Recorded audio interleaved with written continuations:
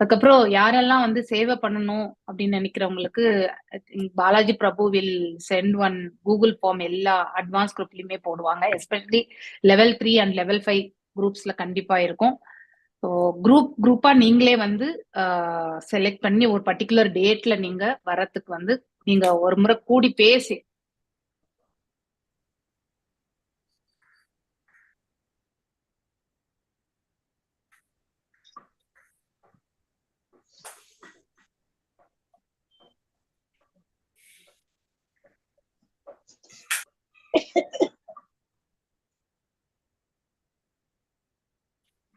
So நீங்க குரூப்பா பேசிட்டு அந்த பர்டிகுலர் டேட்டுக்கு வந்து பிளாக் பண்ணிக்கோங்க.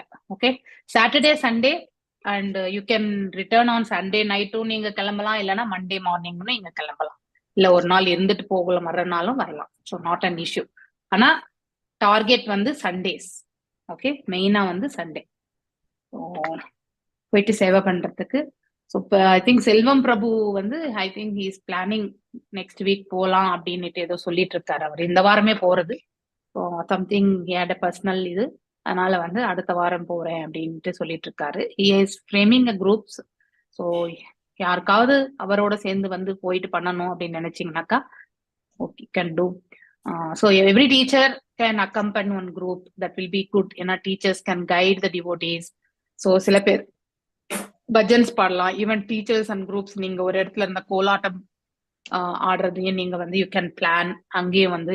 எஸ்பெஷலி நீங்க வந்து நம்ம கௌடி சம்பிரதாயத்துல இருக்கக்கூடிய ஏதாவது ஒரு பாட்டுக்கு நீங்க கோலாட்டம் ரெடி பண்ணிக்கோங்க அந்த மாதிரி. So you plan and practice. அதுக்கப்புறம் நீங்க வந்து நீங்க வந்து கண்டிப்பா Mataji will assist actually. So assist பண்ணாம இருக்க மாட்டோம். எனக்கு என்ன தெரியுமோ அது கண்டிப்பா நான் அசிஸ்ட் பண்ணுவேன். ஸோ எனக்கு கோலாட்டம் தெரியாது, யாராவது எனக்கு கூட சொன்னீங்கன்னா I will also able to take it up. எனக்கு தெரியாது. ஸோ நான் எங்கேயும் ஆடினது இல்லை. ஸோ ஒன்லி இப்போதான் பகவான் முன்னாடி ஏதாவது காலையில அந்த கையை தட்டிட்டு அது வேணா நம்ம பண்றோம் இல்லையா, அது மட்டும்தான் எனக்கு வரும், வேற எதுவுமே வராது. அதாவது மழைக்கு கூட வந்து பள்ளிக்கூடத்து பக்கத்துல ஒதுங்கினது இல்லைன்ற மாதிரி நான் ஒரு ஆப்ஷனுக்கு கூட சிறு வயசுல ஒரே ஒரு டான்ஸ் கிளாஸ்ல கூட சேர்ந்தது கிடையாது. அதனால ஐ am very very poor in that. My sister is very good. ஆனா நான் அப்படி கிடையாது. எப்பவுமே படிப்பு படிப்பு மட்டும்தான். அது ஒண்ணுதான், that was only my plus point அப்படின்னு நான் சொல்லணும். So always studying studying. அதை விட்டா வீட்டுல வேலை, அம்மாவுக்கு ஹெல்ப் பண்றது, இது தவிர்த்து வேற எதுவுமே பண்ணது கிடையாது நான். ஸோ அதனால எனக்கு எக்ஸ்ட்ரா கரிக்குலர் ஆக்டிவிட்டிஸ் எல்லாம் பாத்தீங்கன்னாக்கா பெரிய பூஜ்யம் தான் போடணும். It is a very gift given by God by you to you. அதான் விளையாட்டு எல்லாம் விளையாடுவேன் நான். ஓட்டப்பந்தயம், கோகோ இதெல்லாம். So sports is good. But இந்த மாதிரி நளினமா செய்யக்கூடிய, அதாவது டான்ஸ் பாட்டு அந்த மாதிரி ஆப்ஷன்லாம் எங்க ஊர்ல ஆப்ஷன்ஸ் இருந்தது இல்லை நான் சிறு பிராயமா இருக்கும்போது. இப்ப எல்லாமே கொஞ்சம் அட்வான்ஸ்டா இருக்கு, ஃபைன். பட் அப்பெல்லாம் கிடையவே கிடையாது அப்படிப்பட்ட நிலை. அதனால தெரியாது. இப்ப எல்லாமே பக்தி வந்த பிறகு தானாவே கால் ஆடும் இல்லையா எல்லாருக்குமே, இல்லையா? அதனால பகவானுக்காக நம்ம வந்து இப்ப திருப்பதியில இந்த நேத்து எல்லாருமே நீங்க கருட உற்சவம் கூட நீங்க பார்த்திருப்பீங்க இல்லையா? அந்த கருட வருஷத்துக்கு முன்னாடி பாத்தீங்கன்னாக்கா அழகா வந்து ஒரு யூனிஃபார்மா சாரி போட்டுண்டு ரொம்ப அழகா அவங்க கோலாட்டம் ஆடுறது அற்புதமா இருக்கும் பாக்குறதுக்கு. அதனால நீங்க கூடுமான வரைக்கும் நம்ம கௌடிய சம்பிரதாயத்துல ஏதாவது ஒரு பாடல், எத்தனையோ பாடல்கள் இருக்கு. Jayamahalakshmi Mataji will be the right person to help us. Mataji உங்களுக்கு தெரியலன்னாலும் நீங்க போற கோயில்ல சொல்லி இந்த கோலாட்டம், ஏன்னா தமிழ்நாட்டுலதான் கேட்க முடியுது, வேற எந்த அதாவது ஸ்டேட்லயும் கேட்க முடியாது. நீங்க ஒரு 2-3 பாடலுக்கு வைஷ்ணவ பாடல்களுக்கு தான் பண்ணணுமா மாதாஜி? ஆமா, அதனாலதான். நீங்க போல் ஹரி போலுக்கு நல்லா ஆடலாம் மாதாஜி. அப்படியா? சரி, ஓகே. சோ அது உங்களுக்கு எப்படி வருதோ அது அந்த பாடல்கள் எனக்கு தெரிஞ்ச ஆத்தன்டிக்கா டெம்பிள்ல அது ஓகே பண்ணக்கூடிய பாடலை வந்து மாதாஜி நீங்க ஒரு 4 பாடல் வந்து ஏற்பாடு பண்ணிக்கோங்க. ஓகே, அதனால don't Singh the generic songs எல்லாம் நீங்க பாட வேண்டாம். ஓகே. சோ ஏன்னா ஏன் சொல்றேன் இதுன்னா, அங்க இருக்கிறவங்களுக்கும் ரெசிப்ரோகேட் பண்ண முடியாது. இப்ப நீங்க 10 பேர் 4 பேர் மட்டும் தான் பாடுவீங்க. அதே அவங்களுக்கும் அந்த டெம்பிள்ல இருக்கக்கூடிய டிவோட்டிஸ்க்கு கூட தெரியக்கூடிய பாடலை நீங்க பாடினீங்கன்னா அவங்க பின்னாடி பாடுவாங்க, நீங்க கோலாட்டம் ஆடும்போது அது இன்னும் சக்சஸ்ஃபுல்லா இருக்கும். புரியுதுங்களா? We should understand and then அந்த சூழ்நிலைக்கு ஏற்றவாறு நம்ம வந்து செயல்படணும். ஸோ நாம தனியா எங்க இருக்கும் பொழுது பண்றது வேற.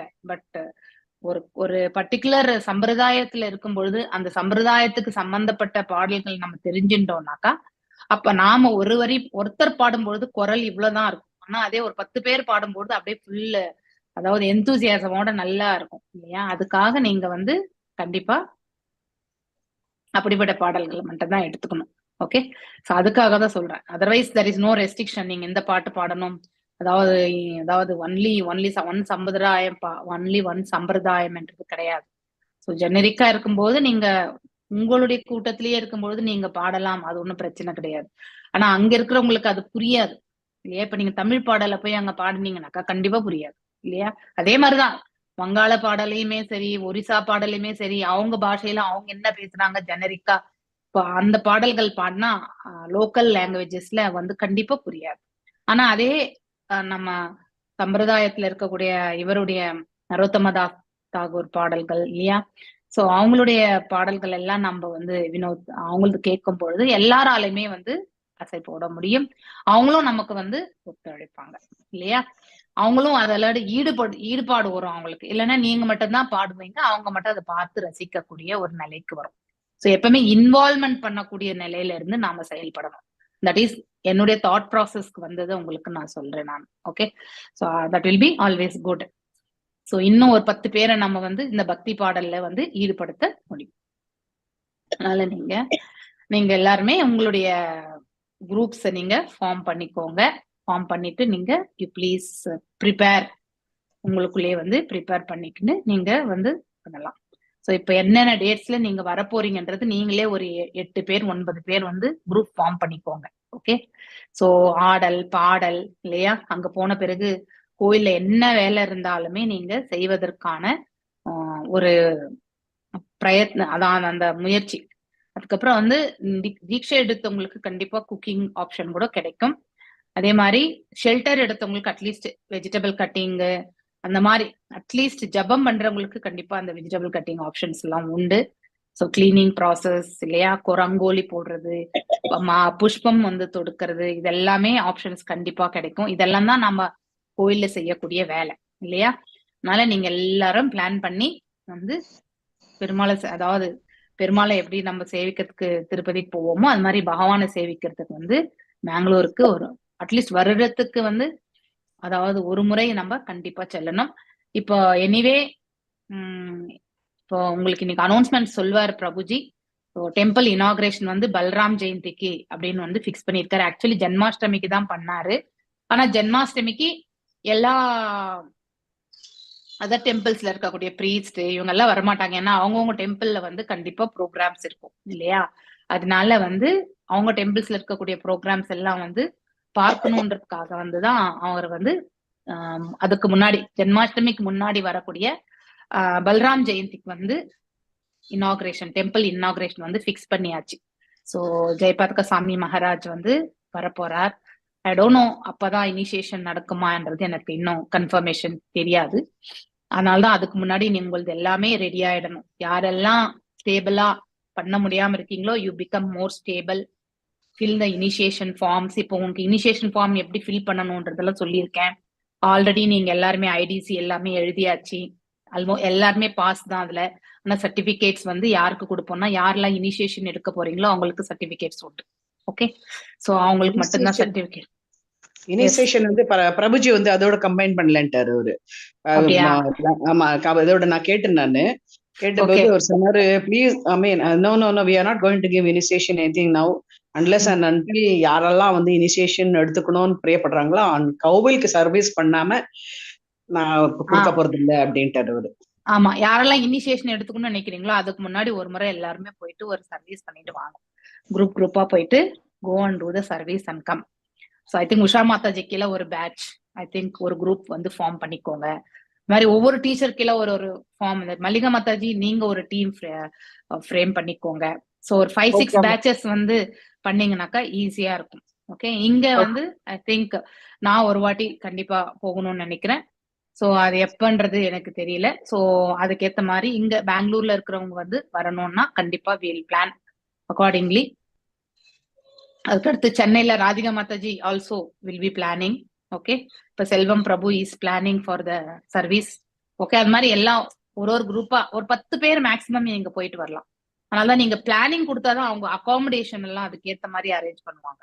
அதுக்காக தான் இது கேக்குறாங்க. அதை பத்தி இன்னைக்கு கண்டிப்பா பேசுவாங்க. Okay, so please all join 7 o'clock அந்த செஷனுக்கு. ஓகே, ஹரே கிருஷ்ணா. ஹரே கிருஷ்ணா. எல்லாருக்கும் ஹரே கிருஷ்ணா.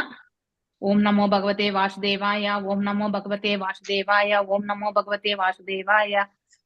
ஓம் அஜ்ஞானதிமிராந்தஸ்ய ஞானாஞ்சனய ஷலாக்கய சக்ஷுருன்மிலிதம் येन तस्मै श्रीगुरवे नमः. श्रीचैतन्यमनोभीष्टं स्थापितं येन भूतले स्वयं रूप गदामह्यं तदा स्वपदान्तिकं. हे कृष्णा करुणा सिन्धु दीनबन्धु जगत्पते गोपेशा गोपिका कान्त राधकान्त नमस्तुते. तप्त काञ्चन गौराङ्गी राधे वृन्दावनेश्वरी वृषभानुसुते देवी प्रणमामि हरिप्रिये. वाञ्छकल्पदारुभ्यश्च कृपा सिन्धुभ्य एव च पतितनां पावनेभ्यो वैष्णवेभ्यो नमो नमः. जय श्री कृष्ण चैतन्य प्रभु नित्यानंद श्री अद्वैत गदाधर श्रीवासदि गौर भक्त वृंद. नमो ओं विष्णु पादाय कृष्ण प्रेष्ठाय भूतले श्रीमति भक्ति वेदांत स्वामी नीति नामिने. नमस्ते सारस्वते देवे गौरवाणी प्रचारिणे निर्विशेष शून्यवादे पाश्चात्य देशधारिणे. जय श्री कृष्ण चैतन्य प्रभु नित्यानंद श्री अद्वैत गदाधर श्रीवासदि गौर भक्त वृंद. हरे कृष्णा कृष्ण कृष्ण हरे हरे हरे राम राम राम हरे हरे. எல்லாருக்கும் வணக்கங்கள். சோ இன்னைக்கு இனிய அதாவது நல்வாழ்த்துக்கள். இன்னைக்கு குடியரசு தினம். சோ நமக்கு இந்த அதாவது இந்த பௌதிக உலகத்துல மரத கண்டமா இருக்கக்கூடிய இந்த ஸ்தலத்திற்கு வந்து அதாவது லிபரேஷன் இல்லையா, குடியரசு. அதாவது நம்ம வந்து ஒரு சுதந்திரம் அடைந்த ஒரு நிலை அப்படிங்க. சுதந்திரம் கிடையாது, எக்ஸாக்ட்லா இண்டிபெண்டன்ஸ் தான் சுதந்திரம். குடியரசு என்பது நம்மளுடைய குடிமக்களால் வந்து ஆளக்கூடிய தன்மை இல்லையா. அது போல நம்ம எல்லாருமே பக்தியில வந்து நம்ம வந்து ஒரு மேன்மையான நிலையை அடையறதுக்கு வந்து நாம முயற்சி செய்யணும். சோ இந்த நாளை வந்து அவ்வாறு நினைவு கொண்டு நாம நம்முடைய பக்தி பாதைய முன்னேற்ற பாதையில் இட்டு செல்லணும். Okay, let us Hare Krishna. யாருக்கும் தூக்கம் வருது. ஹரே கிருஷ்ணா. ஓகே,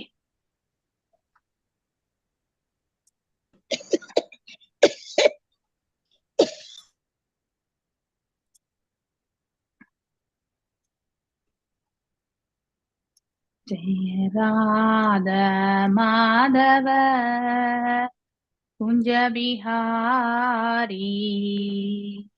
ஜெய ராதா மாதவ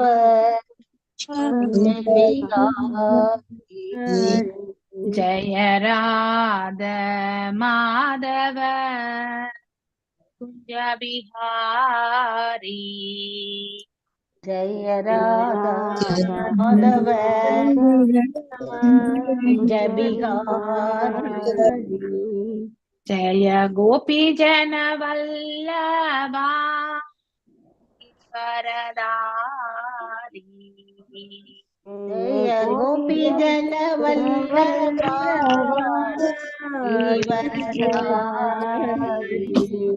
ஜய கோபி ஜன வல்லபா வரதாரி. ஜெய கோபி ஜன வல்லபா கிரிவரதாரி. யசோதநந்தன பிரஜன ரஞ்சன. யசோதநந்தன பிரஜன மஞ்சன. யசோதநந்தன பிரஜன ரஞ்சன.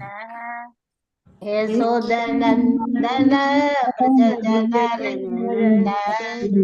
யமுன தீரா அவனச்சாரி. யமுன தீரா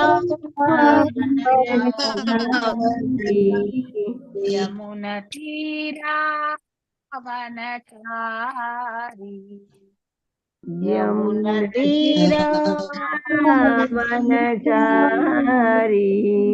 जय राधा माधव कुंज बिहारी जय राधा माधव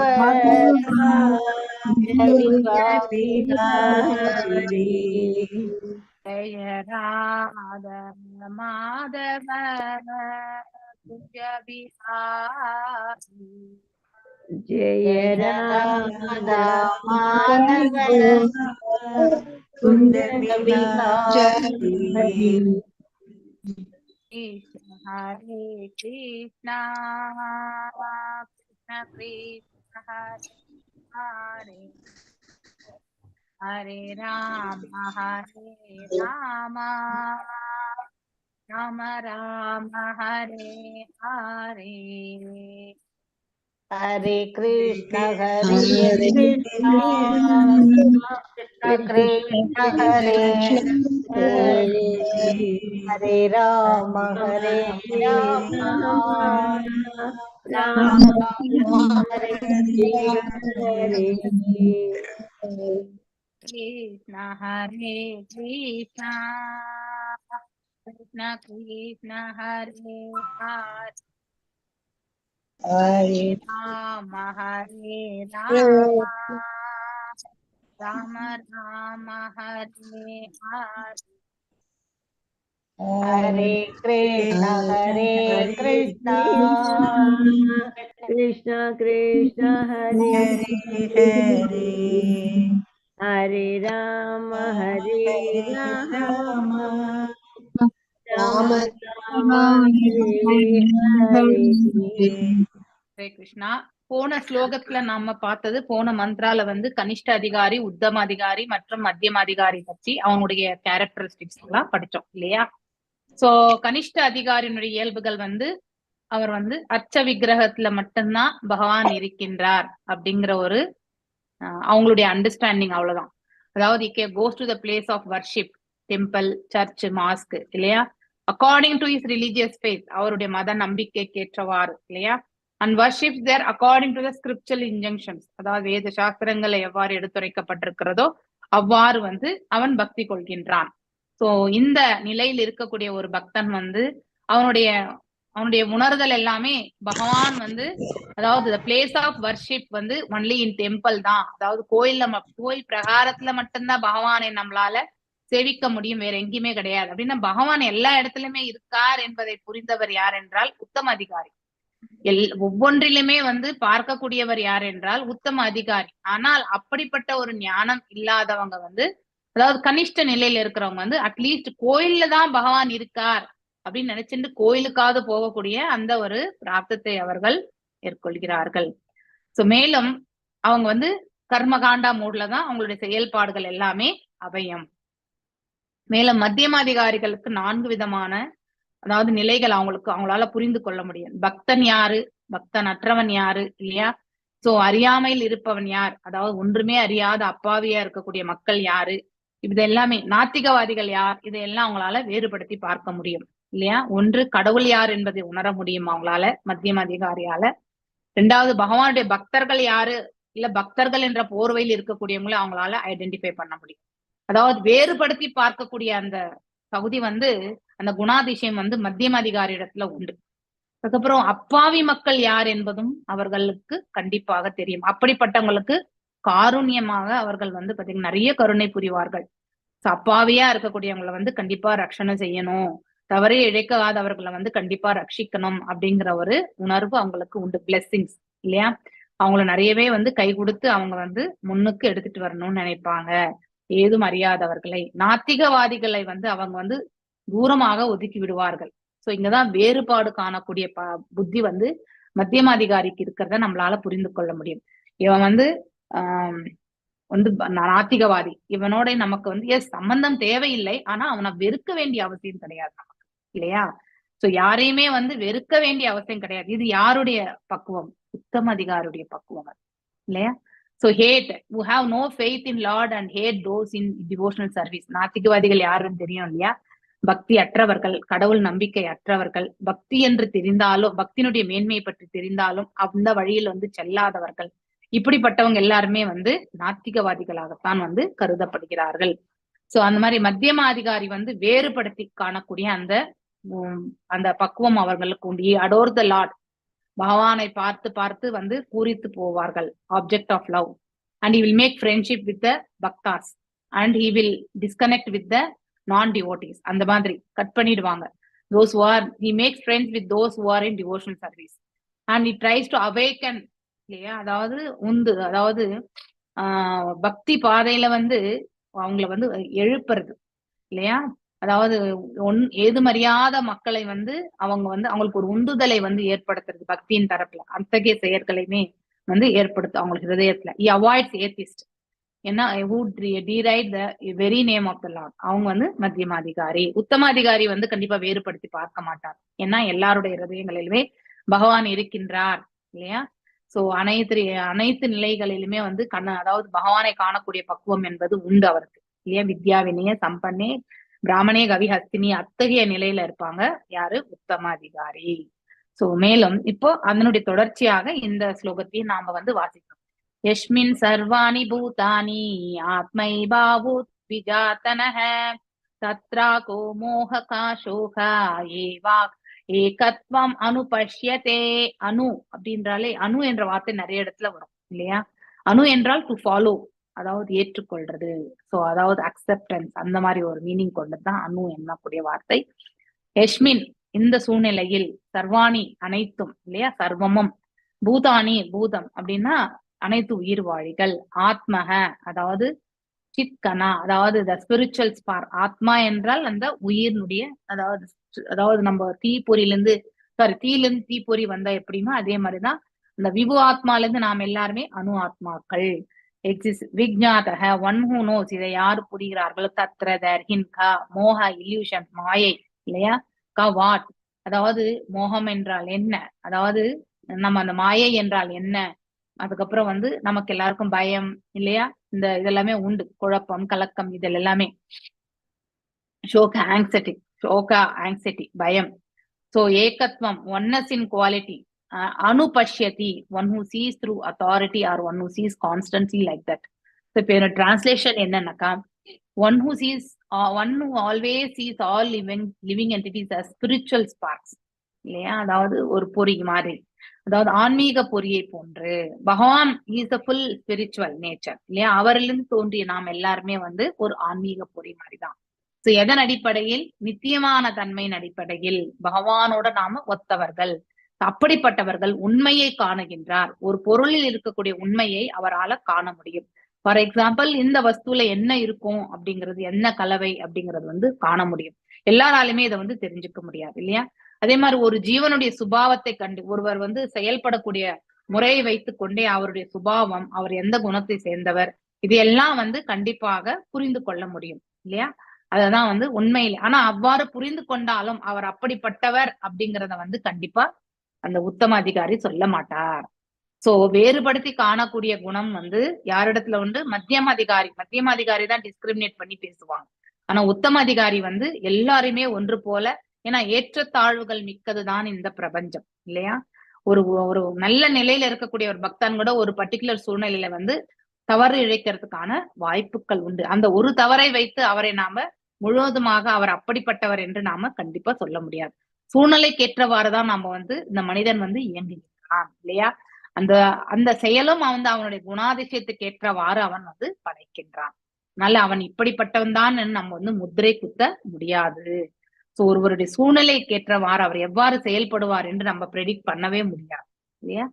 சோ அந்த மாதிரி then what can be illusion or anxiety for him, இல்லையா. அதாவது ஒருவர் தான் வந்து ஒரு ஆன்மீக பொறி, தானும் பகவானும் வந்து இயல்பினால் ஒத்தவர்கள் என்று உணரக்கூடிய தன்மையை பெற்ற ஒரு உத்தம அதிகாரி உள்ளதை உள்ளபடி காணக்கூடிய ஒரு பக்குவத்தை வந்து பெறுகிறார்.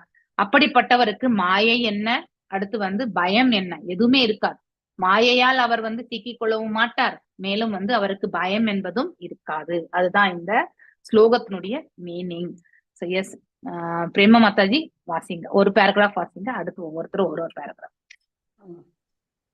यस्मिन् सर्वाणि भूतानि आत्मैव भूद्विजानतः तत्र को मोहकः सोह ஏகத்வம் அனுபத்யதஹ. யஸ்மின் எப்போது, சர்வாணி எல்லா, பூதானி உயிரினங்கள், ஆத்மா ஆன்மபொறி, ஏவ மாத்திரம், ஆபூத் ஆக அமைந்திருக்கின்றன, விஜானதக அறிபவனுக்கு, தத்ர அதில் அப்போது, கக என்ன, மோகக மாயை, கக என்ன, சோகக கவலை, ஏகத்துவம் ஒருமை, அனுபட்சியத்தக காண்பவன், அதிகாரபூர்வமாக அல்லது நிலையாக. பொருளுரை: எல்லா உயிரினங்களையும் ஆன்ம பொறிகளாகவும் தன்மையில் இறைவனோடு ஒன்றியவையாகவும் காண்பவன் வஸ்துக்களின் உண்மை நிலையை அறிந்தவனாகிறான். அப்போது அவனுக்கு கவலையோ மாயையோ ஏது? பதவுரை: முன் விவரிக்கப்பட்ட மத்தியம அதிகாரி மற்றும் உத்தம அதிகாரிகளை தவிர வேறு எவராலும் ஒரு மனிதனின் உண்மையான ஆன்மீக நிலையை சரிவர காண முடியாது. நெருப்பின் பொறிகள் நெருப்பின் தன்மையை கொண்டிருப்பது போல் உயிர்வாழிகள் தம் தன்மையில் இறைவனோடு ஒன்றானவர்கள் எனினும் தீப்பொறிகளில் உள்ள வெப்பத்தின் அளவு எரியும் நெருப்பில் உள்ள வெப்பத்தின் அளவுக்கு சமமானதாகாதையால் அளவை பொறுத்தவரையில் பொறிகள் நெருப்பாகா. மகா பக்தனான மகா பாகவதன் எல்லாவற்றிலும் ஒருமையை காண்கிறான் என்றால் எல்லாவற்றையும் உன்னதமான பிரபுவாகிய இறைவனின் சக்தியாக காண்கிறான். சக்திக்கும் சக்தியை உள்ளடக்கிய ஒன்றிற்கும் வேறுபாடு இல்லையாகையால் அவற்றின் ஒருமையை உணர முடிகிறது. ஆராய்ந்து பார்த்தால் வெப்பமும் ஒளியும் வெவ்வேறானவையானாலும் வெப்பமும் ஒளியில்லாமல் நெருப்பு என்ற சொல்லுக்கு பொருள் இல்லை. ஆனால் ஒரு சேர பார்த்தால் வெப்பம், ஒளி, நெருப்பு எல்லாம் ஒன்றே. ஏகத்துவம் ஒன்றே. அடுத்தவங்களுக்கு ஓகே. சோ மத்தியம அதிகாரி அண்ட் உத்தம அதிகாரி தேங்க்யூ. போன ஸ்லோகத்துல நம்ம ஆல்ரெடி ஒரு முறை ரிஃப்ரெஷ் பண்ணோம். அதனால no one can correctly see the spiritual portion of the living being இல்லையா? உண்மையிலே ஒவ்வொரு உயிர்வாழினுடைய ஆன்மீக தன்மையை கண்டிப்பாக பார்க்க முடியாது. நாம் எந்த அளவுக்கு ஆன்மீகத்துல இருக்கோம், நம்முடைய நிலை ஆன்மீக தளத்தில் எந்த அளவுக்கு முன்னேற்றம் அடைந்திருக்கு, 40%, 50%, 20%, 30%ன்றது நம்மளால கண்டிப்பா எவாலுவேஷன் பண்ணவே முடியாது. உயிர்வாழிகள் இயல்பினால் மட்டுமே இல்லையா, அந்த தன்மையினால் மட்டுமே நித்தியமானவர்கள் இல்லையா. ஆத்மா நித்தியமானது, பரமாத்மா நித்தியமானவர். எவ்வாறு? as the sparks of the fire are qualitative one with the fire இல்லையா. அதாவது தீப்பொறியும் தீயும் ஒரே குவாலிட்டி தான். அதுல எந்த இதுவும் சுடும், தீயும் சுடும், தீப்பொறியும் சுடும். அதே மாதிரி தீ பிரகாசத்தை கொடுக்கும், அதே மாதிரி தீப்பொறியும் பிரகாசத்தை கொடுக்கும். இரண்டுமே உண்டு, ஆனாலும் அளவில் மட்டும் வேறுபட்டது. for quantity of heat and light present in the spark is not equal to that of fire. அதே போலதான் நம்ம அணு ஆத்மாவும் விபு ஆத்மாவும் நம்ம அவ்வாறுதான் நோக்க வேண்டும். the மகா பாகவதா அப்படின்னா the pure devotee sees oneness in the sense that he sees everything as the energy of the supreme lord. ஆனால் தீப்பொறியையும் தீயையும் கூட இரண்டையுமே ஒன்று போல பார்க்கக்கூடிய அந்த பக்குவம் யாருக்கு இருக்கும்னாக்கா மகாபாகவ தூய பக்தர்களுக்கு மட்டுமே உண்டு. ஏன்னா இந்த தீப்பொறிக்கும் தீக்கும் பாத்தீங்கன்னாக்கா வேறு வேறு ஆற்றல் கிடையாது, ஒரே ஆற்றல் தான். வெப்பம் எனக்கூடிய ஒரே ஆற்றல் தான் தீப்பொறியிலும் இருக்கு, தீயிலும் இருக்கு இல்லையா. அதே மாதிரி பிரகாசம் என்பது தீப்பொறியிலும் இருக்கு, அதே மாதிரி தீயிலும் இருக்கு. அளவில் மட்டும்தான் வேறுபட்டு இருக்கு இல்லையா. அதனால்தான் so there is no difference between the energy and the energetic. அதாவது அந்த ஆற்றலை உடையவருக்கும் ஆற்றலுக்கும் எந்த வித்தியாசமும் கிடையாது. there is a sense of oneness. இரண்டும் ஒத்த தன்மையை கொண்டது. although from the analytical point of view நம்ம அலசி ஆராயும் பொழுது வெப்பமும் மற்றும் பிரகாசமும் வெவ்வேறுபட்ட நிலைகள். வெப்பம் நம்ம எப்படி நம்ம உணர்ந்துதான் நம்ம சொல்ல முடியும், இது இங்க சூடா இருக்கு, ரொம்ப குளிர்ச்சியா இருக்குன்னுலாம் நம்ம உணர்ந்து சொல்கின்றோம். பிரகாசம் இருள் என்பது நம்ம பார்த்தே சொல்கின்றோம் இல்லையா. சோ இருள் விட்டது என்று நம்ம பார்வையால் பார்த்து பிசிக்கலி நம்ம பார்க்கிறோம். இது உணர்தல், which is realization, அது விஷன் இல்லையா. so there is no meaning for the word. ஆனாலும் இதுல ஏதாவது ஒண்ணு இல்லைன்னா கூட, ஏதாவது தீப்பொறியும் சரி தீயும் சரி இரண்டுக்குமே இந்த குவாலிட்டிஸ் உண்டு இல்லையா. அப்ப அது ரெண்டுமே அந்த அதாவது வெப்பமும் சரி மற்றும் வந்து அதாவது பிரகாசமும் சரி இரண்டும் கலந்துதான் வந்து தீ. இதுல இரண்டுமே இல்லை என்றால் அது தீ கிடையாது இல்லையா? அப்படின்னா வித்தவுட் தட் ஃபயர் என்பதே கிடையாது. ஒன்று வெப்பமோ இல்ல ஒன்று அதாவது அது பிரகாசமோ இல்லாம இது வந்து அக்னி என்று நம்மளால சொல்லவே முடியாது. ஏதாவது ஒன்று கண்டிப்பாக இருந்தே தான் ஆகணும். சில சமயத்துல எரியும் போது நம்மளால பிரகாசத்தையும் பார்க்க முடியும், வெப்பத்தையும் நம்மளால உணர முடியும். அந்த தீ வந்து அக்னி ஜுவாலை அடங்கிய பிறகு நமக்கு பிரகாசம் என்பது தெரியாது, ஆனா அங்க வெப்பம் என்பது கண்டிப்பாக இருக்கும். அதனால the ப்ராப்பர்ட்டிஸ் ஆஃப் இந்த அதாவது இயல்புகள் அக்னியினுடைய இயல்புகள் வந்து எதனோட ஒத்தது, அதாவது வந்து பிரகாசத்தோடையும் ஒத்ததுதான் மற்றும் வந்து வெப்பத்தோடும் வந்து ஒற்றதுதான் என்பதை நாம கண்டிப்பா புரிஞ்சுக்கணும். எஸ், மகாலட்சுமி மாதாஜி வாசிங்க. ஹரே கிருஷ்ண. ஹரே கிருஷ்ணா. ஏகத்வம் அனுபச்சதத் என்னும் சமஸ்கிருத சொற்கள் உயிர்வாழிகள் எல்லாவற்றிலும் உள்ள பொறுமையை வெளிப்படுத்தியுள்ளன.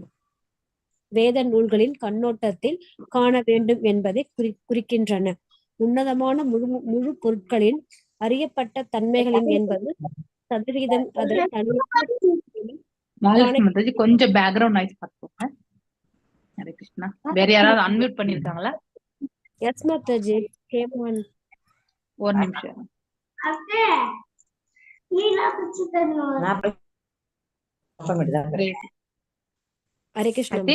ஹரே கிருஷ்ணா. ஒரு ஹம்பிள் ரிக்வெஸ்ட், இந்த குரூப்ல வந்து ஒன்லி பக்தி சாஸ்திரி ஸ்டூடெண்ட்ஸ் மட்டும் ஜாயின் பண்ணாக்கா வந்து உங்களுக்கு நல்லா புரியும். இல்லைன்னா இட் வில் பி லைக் உங்களுக்கு எங்கேயோ நம்ம படிக்கிற மாதிரி தெரியும். லெவல் 18ல படிச்சுட்டு லெவல் 1 படிச்சுட்டு வந்து நீங்க இதை கேட்டீங்கன்னா கஷ்டமா போடும். டீப் ஸ்டடி ஆஃப் பகவத்கீதா முடிச்சுட்டு வந்தீங்கன்னா இதை புரிஞ்சுக்கிறதுக்கான பக்குவம் கிடைக்கும். ஸோ ஐ ஹம்பிளி ரிக்வெஸ்ட், பக்தி சாஸ்திரிக்கு மாத்திரமே, ரொம்ப வேற எந்த லாங்குவேஜ்லயுமே பக்தி சாஸ்திரி ஸ்டூடெண்ட்ஸ் தவிர்த்து வேற யாருமே அலோவ் பண்றது கிடையாது. ஆனா நான் இங்க ரொம்பவுமே லிபரல் தான், நான் எதுவுமே சொல்றது கிடையாது. ஆனா அட்லீஸ்ட் பேக்ரவுண்ட் நாய்ஸ் இதெல்லாம் வந்து இல்லாம பாத்துக்கணும்னு உங்களை எல்லாருமே நான் தாழ்மையோட கேட்டுக்கிறேன் நான். Okay, Hare Krishna. S Mahalakshmi Mataji continue பண்ணுங்க. ஆனால் அவை தம்மளவில் முழுமுதற் கடவுளுக்கு சமமாக உயிர்வாழி முழுமுதற் பொருட்களின் ஒரு சின்னஞ்சிறிய பகுதியை ஆகையால் அவரின் கடவுளின் தன்மைகள் அவற்றின் நுண்ணிய அளவிலேயே இடம்பெறுகின்றன. இதற்கான மற்றொரு உவமை கடல் நீர் முழுமையுள்ள மொத்த உப்பின் அளவு அதன் துளியிலும் உப்பின் அளவிற்கு ஒப்பாகாது. ஆனால் ஒவ்வொரு துளியிலும் உள்ள உப்பின் தன்மையும் ரசாயன அமைப்பும் கடல் நீர் முழுவதிலும் உள்ள உப்புக்கு சமமானதே ஆகும். தனிப்பட்ட மனிதன் தன் தனிமையிலும் அளவிலும் இறைவனுக்கு ஈடானவனாக இருந்தால் அவன் பௌதிக இயற்கையின் பிரபாவத்தில் கட்டுண்டிருக்கும் பிரச்சனையே இருக்காது. கண்டினியூ பண்ணிட்டேன் மத்தாஜி. முடிச்சிருக்காங்க. எந்த உயிரும் வல்லமையுள்ள தேவர்களும் கூட உன்னதமாக பரம்பொருளை எவ்வகையிலும் மிஞ்ச முடியாதென்று முந்தைய மந்திரங்களில் ஏற்கனவே விளக்கப்பட்டுள்ளது. எனவே ஏகத்துவம் என்றால் உயிர்வாழி எல்லா வகையிலும் உன்னதமான பிரபுவுக்கு இணையான ஒன்று பொருள் அல்ல. ஆனால் பரவலான கருத்தில் ஒருமை இருக்கிறது என்பதை அது குறிக்கத்தான் செய்கிறது. இது ஒரு குடும்பத்தினரிடையே பொதுவான கருத்தொற்றுமையை இருப்பதை போலவும் ஒரு தேசத்தின் பல்வேறான குடிமக்களின் தேசிய நலன்களை பற்றிய கருத்தொருமை இருப்பதை போலவும் ஆகும். உயிர்களுக்கெல்லாம் ஒரே தெய்வீக குடும்பத்தின் அங்கங்களாகையால் உன்னதமான பரம்பொருளுடன் கருத்து வேற்றுமை இருக்காது. ஒவ்வொரு உயிரும் உன்னதமான பரம்பொருளின் குழந்தை. பகவத்கீதை கூறப்பட்டுள்ளது போல பகவத்கீதை 14.3.4 பறவைகள், ஊரும் ஜந்துக்கள், எறும்புகள், நீர்வாழிகள், மரங்கள் போன்ற பிரபஞ்சம் முழுவதிலும் உள்ள எல்லா உயிர் வகைகளும் உன்னதமான பிரபுவின் சக்தியின் விளம்பில் தம்பும் ஆற்றிலிருந்து வெளிப்பட்டவையே. ஆகையால் அவை எல்லாம் உன்னதமான பரம்பொருளின் குடும்பத்தை சேர்ந்தவை. ஆன்மீக வாழ்வில் கருத்து போராட்டத்துகளுக்கு இடமில்லை. Hare Krishna Mataji. Hare Krishna Mataji. Very nice explanation. இந்த மந்திரம் ஏகத்வம் அனுபஷ்யதே இல்லையா? ஏகத்வம் மீன்ஸ் ஒன்று இல்லையா? ஸோ ஒன்றாக, ஒன்னஸ், குவாலிட்டி, தன்மையில் வந்து ஒன்றுபட்டது. நாமளும் சரி பகவானும் சரி. அனுபஷ்யதே of one who sees through authority or one sees constantly like that. அதாவது நாமளும் பகவானும் இயல்பினால் ஒன்றானவர்கள், நித்தியமான இயல்பினால் ஒன்றானவர்கள் என்று யார் ஒருவர் வந்து பார்க்க முடிகின்றதோ, யார் ஒருவரால் காண முடிகின்றதோ இல்லையா, அப்படிப்பட்டவர்கள் உண்மையை வந்து உணர்ந்தவர்களாக கருதப்படுகிறார்கள். அப்படிப்பட்டவர்களுக்கு அதாவது மாயையினுடைய தாக்கமோ அல்லது வந்து பயமோ என்றைக்குமே இருக்காது. அதுதான் இந்த ஸ்லோகத்துல வந்து நாம பார்க்கிறது. அது ரொம்ப ரொம்ப முக்கியமான வார்த்தை இல்லையா. So one should see the unity of all living entities from the viewpoint of revealed scriptures. அதனால ஒற்றுமை, unity of all living entities, எல்லா உயிர்களுடைய ஒற்றுமை வந்து நாம் எந்த கண்ணோட்டத்தில் வந்து பார்க்க வேண்டும்? வேத ஞானத்தினுடைய கண்ணோட்டத்திலிருந்து நாம பார்க்க வேண்டும். ஸோ ஒவ்வொரு உயிர் வாழினுமே பகவானுடைய பின்ன பகுதிகள் இல்லையா. அவர் முழுமையானவர், இஸ் அ கம்ப்ளீட் ஹோல் இல்லையா. அவருடைய இயல்புகள்ல நமக்கு எல்லாமும் உண்டு, ஆனா சிறிய அளவு உண்டு, நமக்கு பெரிய அளவு கிடையாது. And they are not quantitatively equal to the supreme Lord. So ஆனா அளவில் வந்து அவருக்கு நம்ம வந்து கண்டிப்பாக ஒன்று கிடையாது. So to use another example, அதாவது சமுத்திரத்துல இருக்கக்கூடிய நீர்த்துளியை நாம் எடுத்தோம்னாக்கா, எவ்வளோ பெரிய சமுத்திரமா இருந்தாலும் அந்த நீர்த்துளி எடுத்துட்டாக்கா அதுல எவ்வளவு உப்புத்தன்மை இருக்கின்றது என்று எத்தனை இடத்துல போய் எடுத்தாலும் ஒரே மாதிரி உப்புத்தன்மையை தான் இருக்கும் இல்லையா. ஆனா அந்த அளவுல மட்டுமே வந்து இப்ப நிறைய குவான்டிட்டி எடுத்து நம்ம என்ன பண்றோம், உப்பு காய்ச்சிரும்.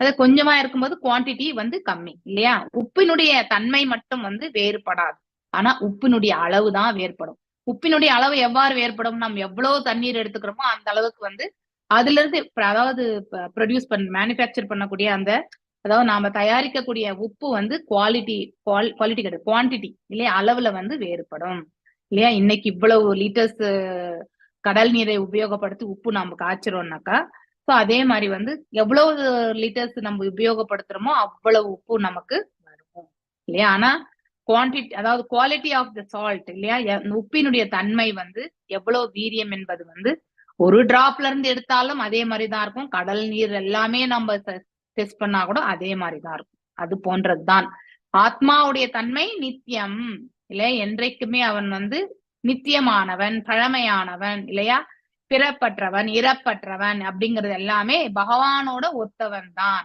ஆனால் வந்து நம்ம அழியக்கூடிய இந்த உடல்ல வந்து இருந்துட்டு நம்ம செயல்படக்கூடிய தன்மையில பாத்தீங்கன்னாக்கா வெறுமனே வந்து ஒரு ஸ்பார்க், அதாவது ஒரு தீப்பொறி அளவுக்கு தான் நம்முடைய குவான்டிட்டியே. பகவான் வந்து விபு ஆத்மா, அவருடைய வைபவங்களுக்கு எல்லையே கிடையாது, அன்லிமிட்டெட் அப்படிங்கிறதையும் நாம கண்டிப்பா தெரிஞ்சுக்கணும். ஸோ இந்த individual living being is equal to supreme Lord இல்லையா.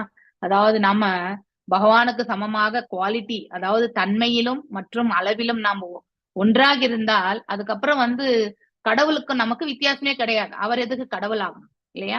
ஸோ அதனால then there would be no question of நமக்கெல்லாம் பௌதிக ஆற்றலால வந்து நமக்கு எந்த ஒரு அதாவது தாக்கமோ எதுவுமே இருக்காது, நாமளும் கடவுளாகி விடலாம் இல்லையா. அதனால there is a difference, அதை நம்ம கண்டிப்பா தெரிஞ்சுக்கணும். வேறுபாடு என்பது உண்டு.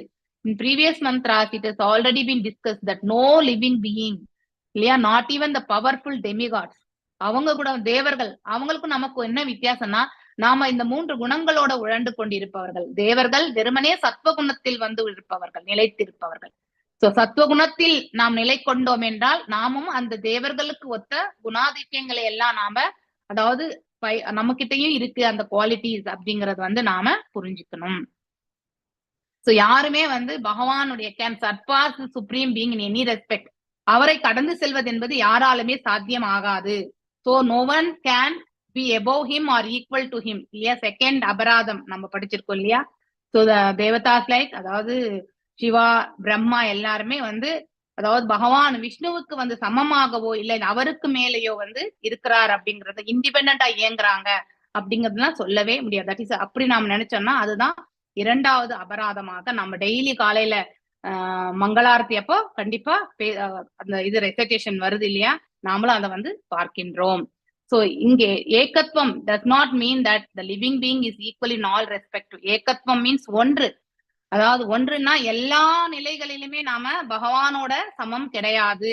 ஒரே ஒன்றுல மட்டும்தான் பகவானுக்கு ஒத்த தன்மை உண்டு. ஒன்லி இந்த எட்டர்னல் இல்லையா, நித்திய தன்மையில மட்டும்தான் இந்த ஆத்மாவும் பரமாத்மாவும் ஒன்றானது என்பதை நாம தெரிந்து கொள்ள வேண்டும்.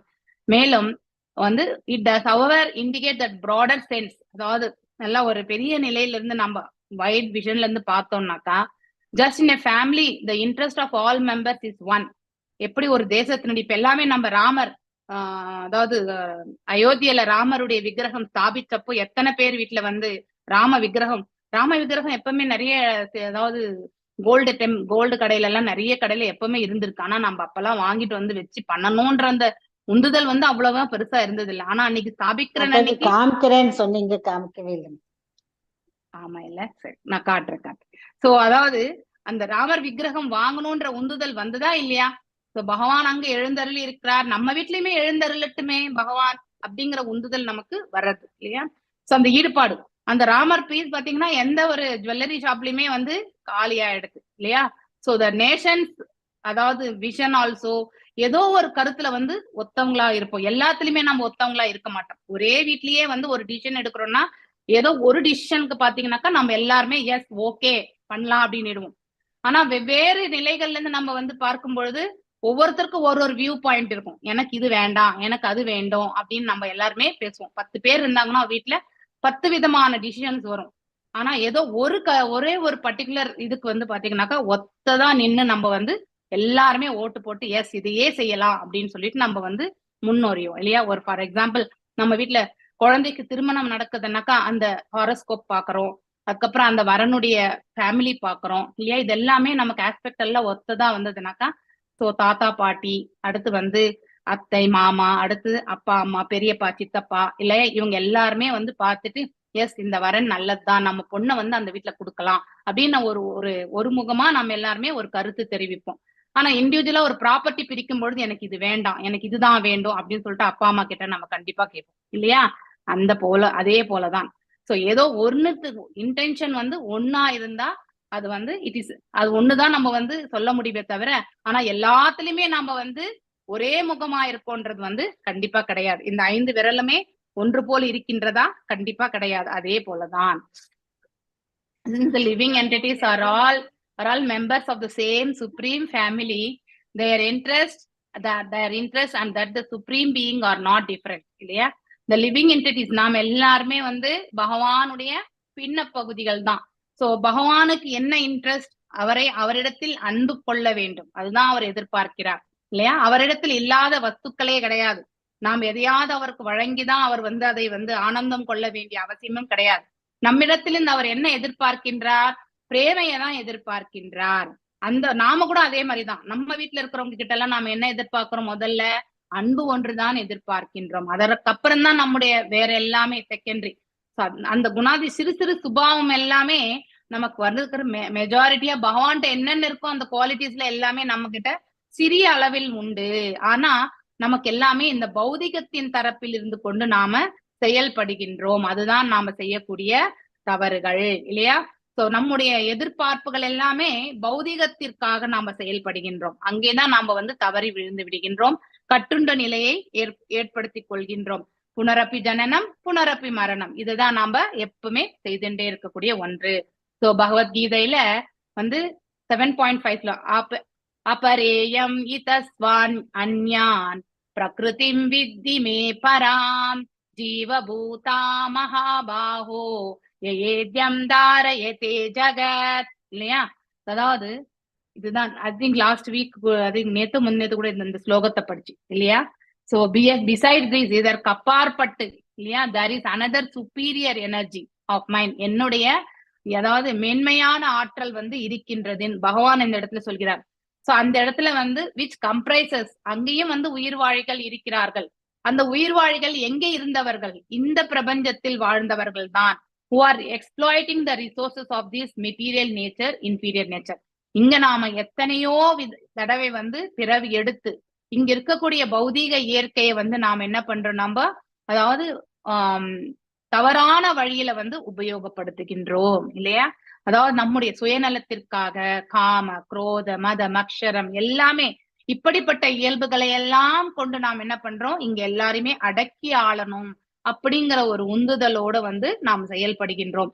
ஆனா ஒரு விதத்துல நம்ம அத்தகைய செயல்பாடுகளில் ஈடுபடும் பொழுது ஒவ்வொரு காலகட்டத்திலுமே நமக்கு ஒரு முன்னேற்றமான பாதையை வந்து வழிவகுக்கின்றது. சோ நம்முடைய நாம ஒரு சில காலகட்டங்கள்ல கர்மகாண்ட மோட்ல செய்திருப்போம், அதுக்கப்புறம் வந்து சகாம கர்மத்துல செய்திருப்போம், அதுக்கடுத்து நிஷ்காம கர்மத்திற்கு சென்றிருப்போம் இல்லையா. சோ இங்க இருக்கக்கூடிய பௌதீக இயற்கையில வந்து எல்லாத்தையுமே அடக்கி ஆளணும் இல்லையா. பவர், பொசிஷன், மணி எல்லாமே நாம வந்து செயல்படுத்தணும்னு விரும்பக்கூடிய ஜீவராசிகள் தான் நாம. அப்படிப்பட்ட ஜீவராசிகள் இந்த சதுர் புருஷார்த்தம் இல்லையா, அதாவது 4 புருஷார்த்தங்களுக்கு அப்பாற்பட்ட நிலையை அவர்கள் வந்து அடையும் பொழுது அப்போதுதான் வந்து அவர்கள் இயற்கையான அந்த அதாவது ஆன்மீக இயற்கையை வந்து அடைகிறார்கள், வைகுண்டத்தை வந்து சேருகிறார்கள் என்பதை நாம பகவான் இந்த இடத்துல அததான் இந்த இடத்துல அழகா எடுத்துரைக்கிறார். So the spiritual. சோ அதனால நாம் எல்லாரும் ததாசக்தியில் இருப்பவர்கள். ஒன்று நாம மேலுலகம் செல்கின்றோம், இல்லை என்றால் இங்கே வருகின்றோம், இல்லை என்றால் கீழ் உலகத்திற்கு தள்ளப்படுகின்றோம் இல்லையா. நாம் எந்த ஒரு நிலையில் வேண்டும் என்றாலும் செல்லக்கூடியவர்கள் தான். எப்படி நாம் ஆற்றக்கூடிய கர்மங்களை பொறுத்துதான் இல்லையா. சோ எல்லா ஜீவராசிகளும் இங்க பாத்தீங்கன்னாக்கா பறவைகள், அடுத்து வந்து விலங்குகள், எறும்பு, காக்கை எல்லாருமே, மரம், செடி, கொடி எல்லாமே இதுல வருது. அதே மாதிரி நீர்வாழி பிராணிகள் எல்லாமே இதுல எல்லாமே உண்டு. ஆர் எமினேஷன் ஃப்ரம் த, இதெல்லாமே marginal potency of the supreme lord, பகவானுடைய அந்த அதாவது ததாசக்தியில் இருந்து வந்தவை என்று இந்த இடத்துல வந்து சொல்லப்பட்டிருக்கு. therefore all of them belong to the family of the supreme being. Sorry Mataji, இந்த 4 புருஷார்த்தங்கள் சொல்லுங்க மாதாஜி இன்னொரு தடவை. 4 புருஷம், தர்ம, அர்த்த, காம, மோக்ஷ. அதுதான் மாதா. ஓகே, பேரு புருஷார்த்தம். புருஷார்த்தங்கள் நாம அதாவது பாகவதம் கூட முதல் கேண்டோல இப்ப நான் அந்த 5th சாப்டர் வந்து படிச்சிட்டு இருக்கேன். ஏன்னா நாளைக்கு டெஸ்ட் இல்லையா, இன்னும் படிச்சு இப்பதான் 10 ஸ்லோகம் தான் படிச்சிருக்கேன். சோ அதாவது சதுர் புருஷார்த்தங்கள் எதற்கு வியாசதேவருக்கு வந்து அதாவது திருப்தி கொள்ளவில்லை என்றால், அவர் வேதங்களை எல்லாம் தொகுத்தார் இல்லையா. வேதங்களை என்ன பண்ணார், பிரிச்சு பிரிச்சு எழுதினார். ஆனா அந்த வேதங்கள் எல்லாமே இந்த சதுர் புருஷார்த்தங்களுக்கு சம்பந்தப்பட்டவையாகவே இருந்தது. சோ எதுவுமே வந்து பகவானுடைய லீலைகளையோ அவருடைய செயல்களையோ எடுத்துரைக்கக்கூடிய ஒரு தூய பக்தி சேவைக்காக அது வந்து வெளிப்படுத்தவில்லை. அதனால்தான் அவர் இவந்தோ பராசர முனிவருடைய மகனாக பிறந்தும் பேரண்டல் இதுலயும் பாத்தீங்கன்னாக்கா ஒரு நல்ல உயர்வான குடும்பத்துல பிறந்தவர் அவர் இல்லையா. சோ உயர்வான ஒரு தன்மை உள்ள ஒரு மனிதரை தந்தையாக பெற்ற அவர் ஞானத்தையும் ஸ்வயம் தி இன்கார்னேஷன் இல்லையா, பகவானுடைய திருவுருவமாக அவதரித்த வியாசதேவர் ஏன் வந்து மனசளவுல அவர் சங்கடமாகவே இருந்தார். வேதாந்த சூத்திரத்தை எல்லாமே எழுதி இருந்தும் கூட அவருக்கு வந்து திருப்தி என்பது வரவே இல்லை. ஏன் வரவில்லை என்றால், நாரத மகரிஷி வந்து சொல்றார் இல்லையா, அவருக்கு அழகா ஒரு ஆசனத்தை போட்டு உட்கார வைக்கிறார். சோ இவர் வந்து தன்னுடைய நிலையை வந்து விளக்குகிறார். அப்ப நாரத மகரிஷி வந்து புன்முறுவல் போக்கிறார், அகைத்து கொண்டு சொல்றார், சோ வியாசதேவா, நீ வந்து நல்ல ஒரு குடும்பத்துல பிறந்தவ, ஆனா நீ எதை வந்து விட்டு விட்டாய் என்றால் பகவானை வந்து புகழாரம் சூட்டக்கூடிய அத்தகைய இதெல்லாமே நீ எதையுமே செய்யல. சோ தூய பக்தி சேவைக்கு வந்து நீ முக்கியத்துவத்தை கொடுக்கவில்லை, அதனாலதான் உனக்கு வந்து இந்த அதிருப்தி என்பது இருக்கின்றது அப்படிங்கறது வந்து ரொம்ப அழகா எடுத்துரைக்கிறார். இந்த 10 ஸ்லோகம் வரைக்கும் அதுதான். ராதிகா மாதாஜி அன்னைக்கு அதான் எடுத்தாங்க மாதாஜி, நீங்க வராத அன்னைக்கு அவங்க இதுதான் இந்த சாப்டர் தான் எடுத்தாங்க. சோ அதனாலதான் அவருக்கு வந்து அதிருப்தி என்பது ஏற்படுகின்றது அப்படிங்கறது வந்து ரொம்ப அற்புதமாக எடுத்துரைக்கிறார் நாரத மகரிஷி. சோ நாரத மகரிஷினுடைய விளக்கம் பாத்தீங்கன்னா இன்னும் போயிட்டே இருக்கு, நான் இன்னும் முடிக்கல. சோ இந்த 5th சாப்டர் படிக்கும் பொழுது மீண்டும் உங்களுக்கு ஒரு ரிவிஷன் 1 or 2 days கண்டிப்பா கொடுப்பேன். நீங்களும் அப்படியே படிச்சுட்டே வாங்க. ஓகே, அடுத்து யாராவது வாசிங்க. பத்மா மாதாஜி வாசிங்க. மாதாஜி ஒரு டவுட், இதுல விளிம்பில் ததும்பும் ஆற்றல்னா அது என்ன சக்தி மாதாஜி? மார்ஜினல் ததா சக்தி மாதாஜி. ஆக்சுவலி இங்க வந்து அந்தரங்க சக்தியா நமக்கு வந்து ஆத்மா இருக்கு இல்லையா, பகிரங்க சக்தியால் ஆன உடலை பெற்றிருக்கின்றோம் நம்ம இல்லையா. சோ நாம செயல்படக்கூடிய விதமும் வந்து ஒன்று ஆன்மீகத்தில் செல்ல முடியும், ஒன்று பௌதிகத்துக்கு வர முடியும், இல்லை என்றால் கீழே நரக உலகங்களுக்கும் நாம செல்ல முடியும் இல்லையா. அதனால்தான் நாம வந்து எல்லாருமே மனிதர்களாகிய நாம ததாசக்தியில் தான் இருப்பவர்கள் என்று பொருள். ஹரே கிருஷ்ண மாதாஜி. ஆன்மீக அமைப்புகள் இன்ப நிலைகளை அனுபவிப்பதற்காக ஏற்பட்டவை. இயல்பாலும் அமைப்பாலும் ஒவ்வொரு உயிரும், அதாவது உன்னதமான பிரபுவும் அவரின் ஒவ்வொரு அம்சமும் ஆன்மீக அமைப்பில் நிச்சயமான இன்பத்தை அனுபவிப்பதற்காக ஏற்பட்டதாகும். பௌதிக தளத்தில் இயங்குகின்ற உயிர்களும் இடைவிடாது இன்பத்தையே தேடுகிறார்கள். ஆனால் அதை அவர்கள் தவறான தளத்தில் நாடுகிறார்கள். இந்த பௌதீக உலகத்தை தவிர ஆன்மீக தளமும் இருக்கின்றது. அங்கு உன்னதமான பரம்பொருள் தன் எண்ணற்ற கூட்டாளிகளோடு தன்னானந்த நிலையை அனுபவித்துக் கொண்டிருக்கிறார். அந்த தளத்தில் பௌதீக உலகத்தின் ஜடத்தன்மைகள் எதுவுமே இல்லை.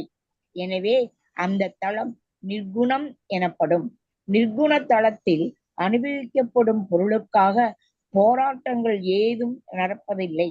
இங்கே இவ்வுலகில் வெவ்வேறான உயிரினங்களிடையே எப்போதும் போராட்டங்கள் நிகழ்ந்த வண்ணமே இருக்கின்றன. ஏனென்றால் இங்கே இன்பத்தின் சரியான மையத்தை பற்றிய அறியாமை நிலவுகிறது. இன்பத்தின் உண்மையான மையம் உன்னதமான பரம்பொருளே. அவரே மேன்மையானதும் ஆன்மீகமானதுமான ராச நடனத்தின் மையமாவார். நாம் எல்லோரும் அவரோடு இணைந்து எவ்வித போராட்டமும் இன்றி உன்னதமான ஒரே குறிக்கோளோடு வாழ்க்கையை அனுபவிப்பதற்காக படைக்கப்பட்டுள்ளோம். அதுவே ஆன்மீக குறிக்கோளோடு கூடிய உயர்ந்த தளமாகும். ஒருமையின் அடிப்படையிலான பக்குவமிக்க இத்தளத்தை உணர்ந்தவுடனேயே மாயையும் புலம்பல்களும் மறைந்துவிடும் என்பதில் ஐயமில்லை. ஹரே கிருஷ்ணன். ஹரே கிருஷ்ணா. சோ இந்த உயிர் வாழிகள் இல்லையா, அதாவது the spiritual entities, நாம் எல்லாருமே பின்ன பகுதிகள். ஆனா உண்மையிலே இங்க சுகிப்பவர் யார் என்றால் இந்த சுப்ரீம் புருஷா இல்லையா, பகவான் மட்டும்தான் சுகிக்கிறார். நாம் எல்லாமே அதாவது அவன் சுகிக்கக்கூடிய தன்மையில ஒரு சிறு அங்கத்தை பெற்றிருக்கின்றோம், அவ்வளவுதான். எவ்வாறு இந்த கை கால் எல்லாமே இல்லையா. சோ நாம ஒரு உணவை உண்பதால் நமக்கு ஒரு திருப்தி. இப்போ ஒரு லட்டு பண்ணியிருக்காங்க இல்லையா.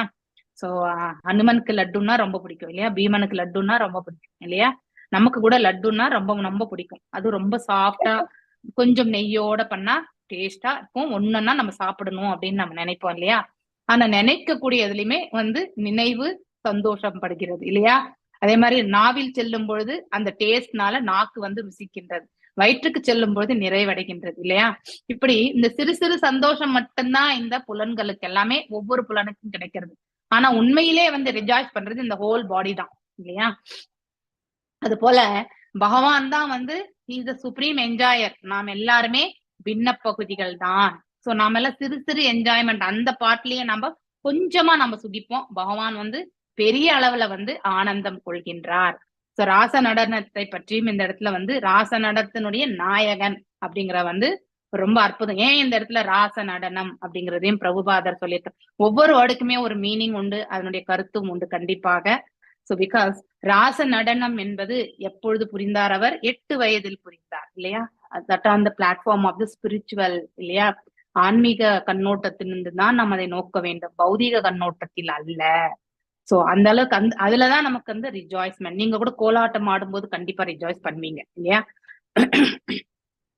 எந்த ஒரு பக்தி செயல் செய்யும் பொழுதும் நமக்கு நம்மளையே அறியாமல் இருக்கக்கூடிய தன்மை நமக்கு ஏற்படுகின்றது. அதுதான் பேர் ஆனந்தம் என்பது.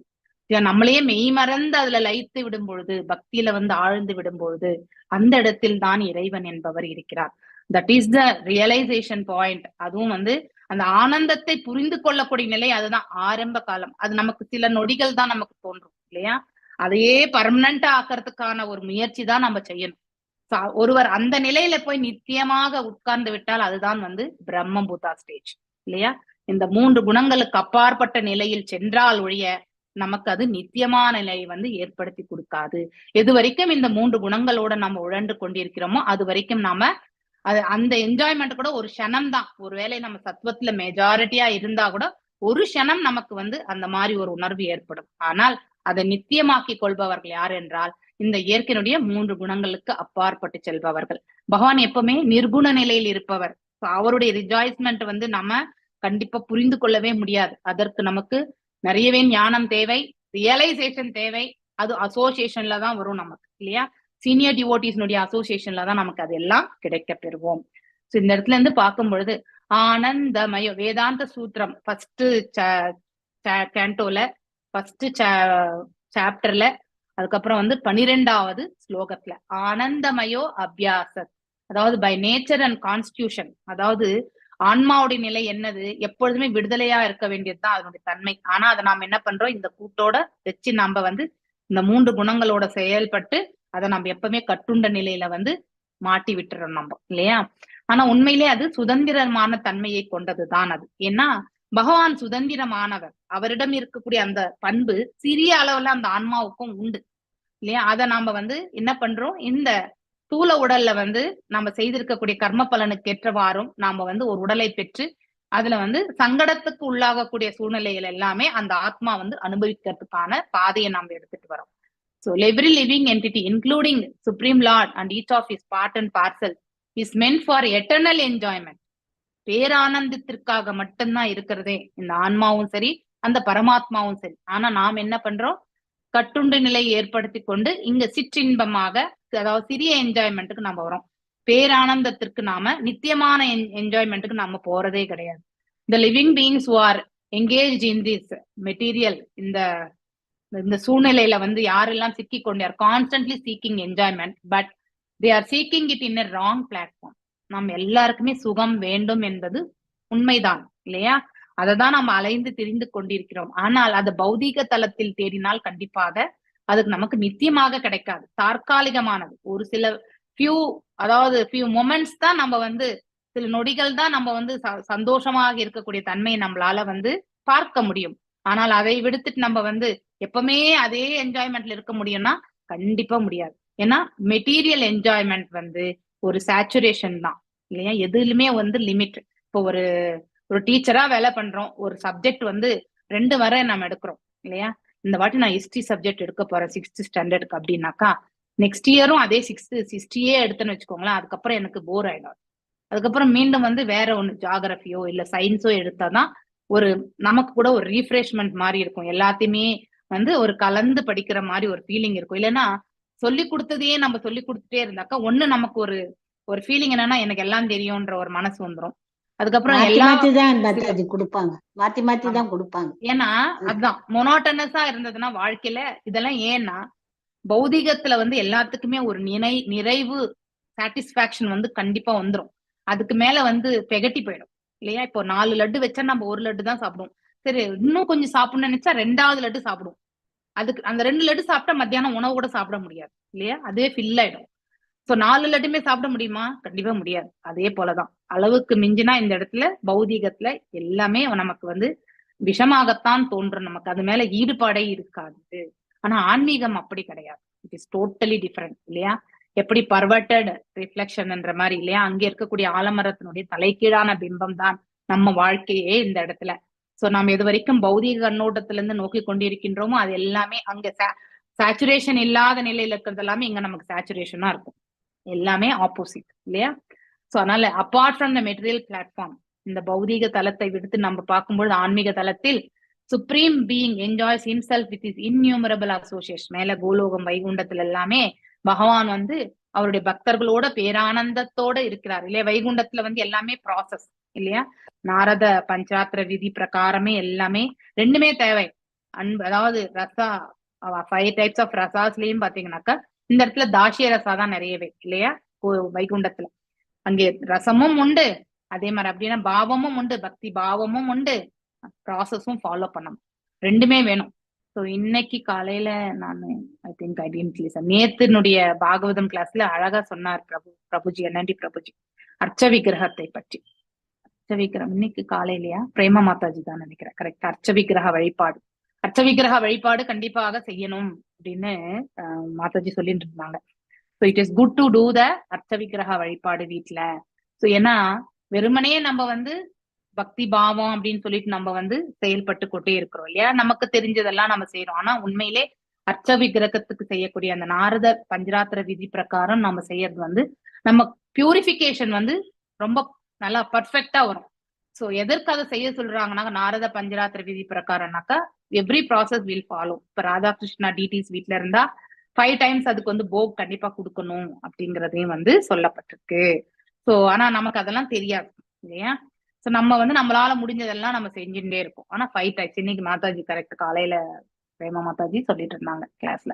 So 5 types of bhogs 5 times போக் வைக்கணும் நம்ம. ஸோ திஸ் ஆர் ஆல் எதற்கு இதெல்லாம் நம்ம செய்யறோம் அப்படின்னாக்கா, பக்தியை வந்து பக்குவமாக நம்ம செயல்படுத்துவதற்காகத்தான். நம்ம வந்து இந்த 3 குணங்களுக்கு அப்பாற்பட்ட நிலையில் தூய பக்தி சேவையில வந்து நாம கண்டிப்பாக நிறைவடைய வேண்டும். அங்க போயிட்டு தான் நிறைவடையணும்.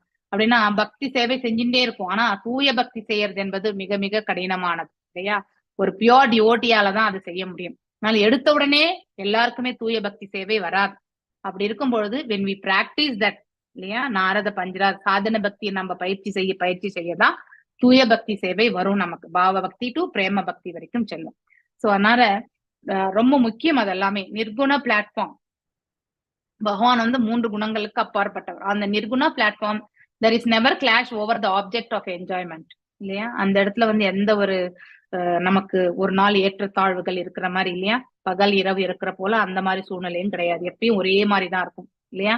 சோ எப்பவுமே வந்து they will be rejoicing இல்லையா? ஆனந்தத்திலே இருக்கக்கூடிய நிலை வந்து அந்த ஆன்மீக தளத்தில் உண்டு. ஆனால் பௌதீகத்துல நமக்கு அப்படி கிடையாது.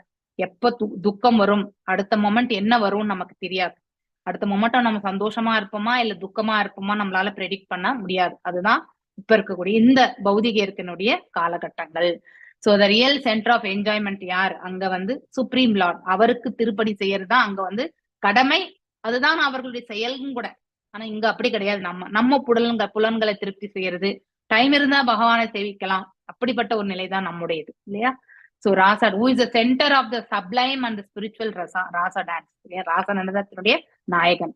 we are all meant to join him and enjoy life with one transcendental interest and without any clash. அதாவது பேரானந்தத்தை அனுபவிக்கிறது. பகவானும் அதை தான் அனுபவிக்கணும்னு நினைக்கிறார், பக்தர்களும் அதை தான் அனுபவிக்கணும்னு நினைப்பாங்க. அது ஒண்ணுதான் பக்தர்களுக்கு மேன்மையான ஒரு, அதாவது அவங்களுடைய தன்மை என்னன்னா இதைதான் நம்ம செய்யணும், இதுதான் அவங்களுடைய குறிக்கோளாக இருக்கும். பகவானுடைய குறிக்கோளும் அதுதான், பக்தர்களுடைய குறிக்கோளும் அதுதான்.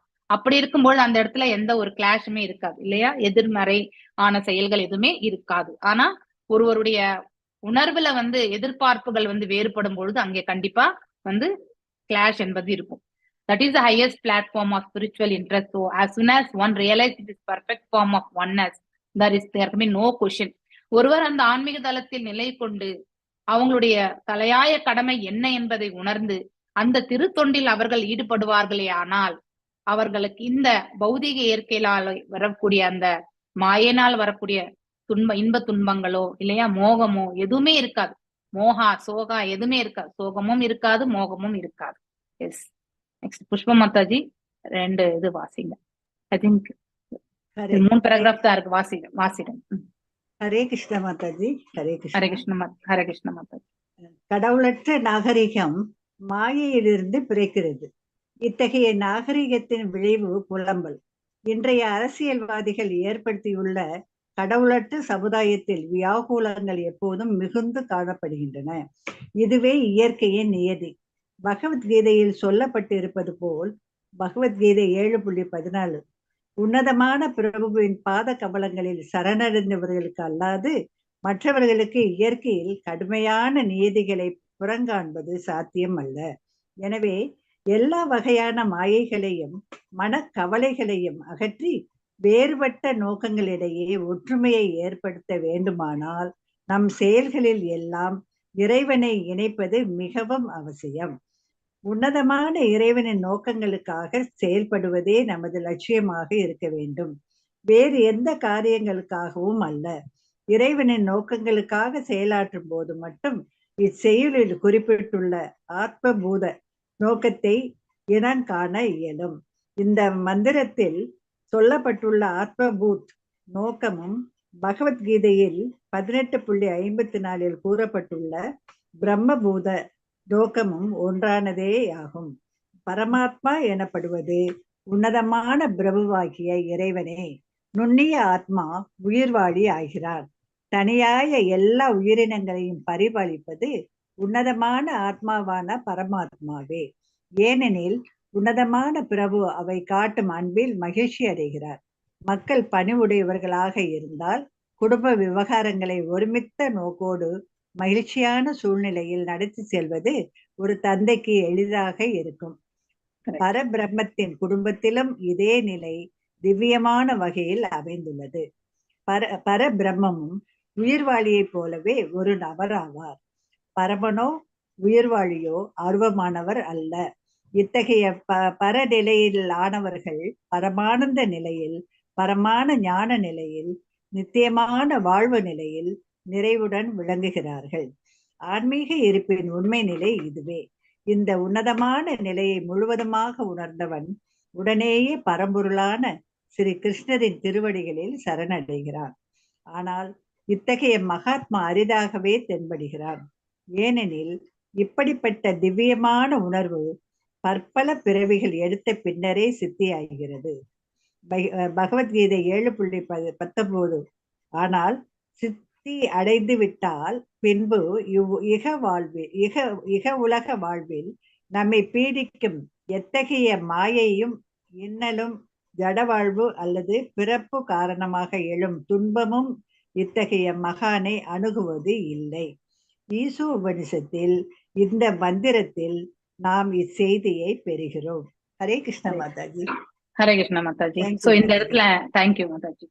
அதனால காட்லெஸ் சிவிலைசேஷன் நம்ம இருக்கிறதே காட்லெஸ் சிவிலைசேஷன்ல தான் இருக்கும், மாயையில தான் இருக்கும் இல்லையா? சோ அதாவது நாம எது வரைக்கும் பௌதிகத்தின் தரப்பில் நம்முடைய செயல்பாடுகளை ஸ்ட்ராங்கா எடுத்துட்டு போறோமோ அது காட்லெஸ் சிவிலைசேஷன் தான். எப்ப நமக்கு கடவுள் ஒருத்தர் இருக்கார், நாம அவருடைய அங்கம் என்பதை உணர்ந்து இல்லையா, பக்தியின் பால் நம்முடைய அதாவது இந்த உடல் ஆன்மா என்ற வேறுபடுத்தி காணக்கூடிய அந்த ஞானத்தை பெற்று இல்லையா, அவ்வாறு நம்ம செயல்படும் பொழுதுதான் அந்த பக்தியின் தரப்பில் நம்மளால செல்ல முடியும்.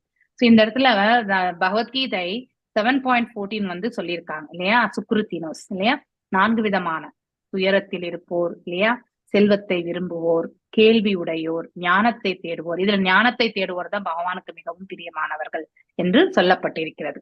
சோ அப்படி இருக்கும் பொழுது இந்த 4 விதமானவர்கள் அட்லீஸ்ட் அவங்க துக்கத்திலேயாவது பகவானை தேடுறாங்க, எனக்கு செல்வ வளம் வேண்டும் என்று சகாம கர்மத்திலேயாவது அவங்க பகவானை தேடுறாங்க இல்லையா, கேள்வி உடையோர் இல்லையா, இது என்ன அது என்னன்னு தெரிஞ்சுக்கணும்ன்ற அந்த உந்துதலையாவது அவங்க ஏற்படுத்தி கொண்டு பகவானை பற்றி தெரிஞ்சுக்கணும்னு போறவங்க இருக்காங்க.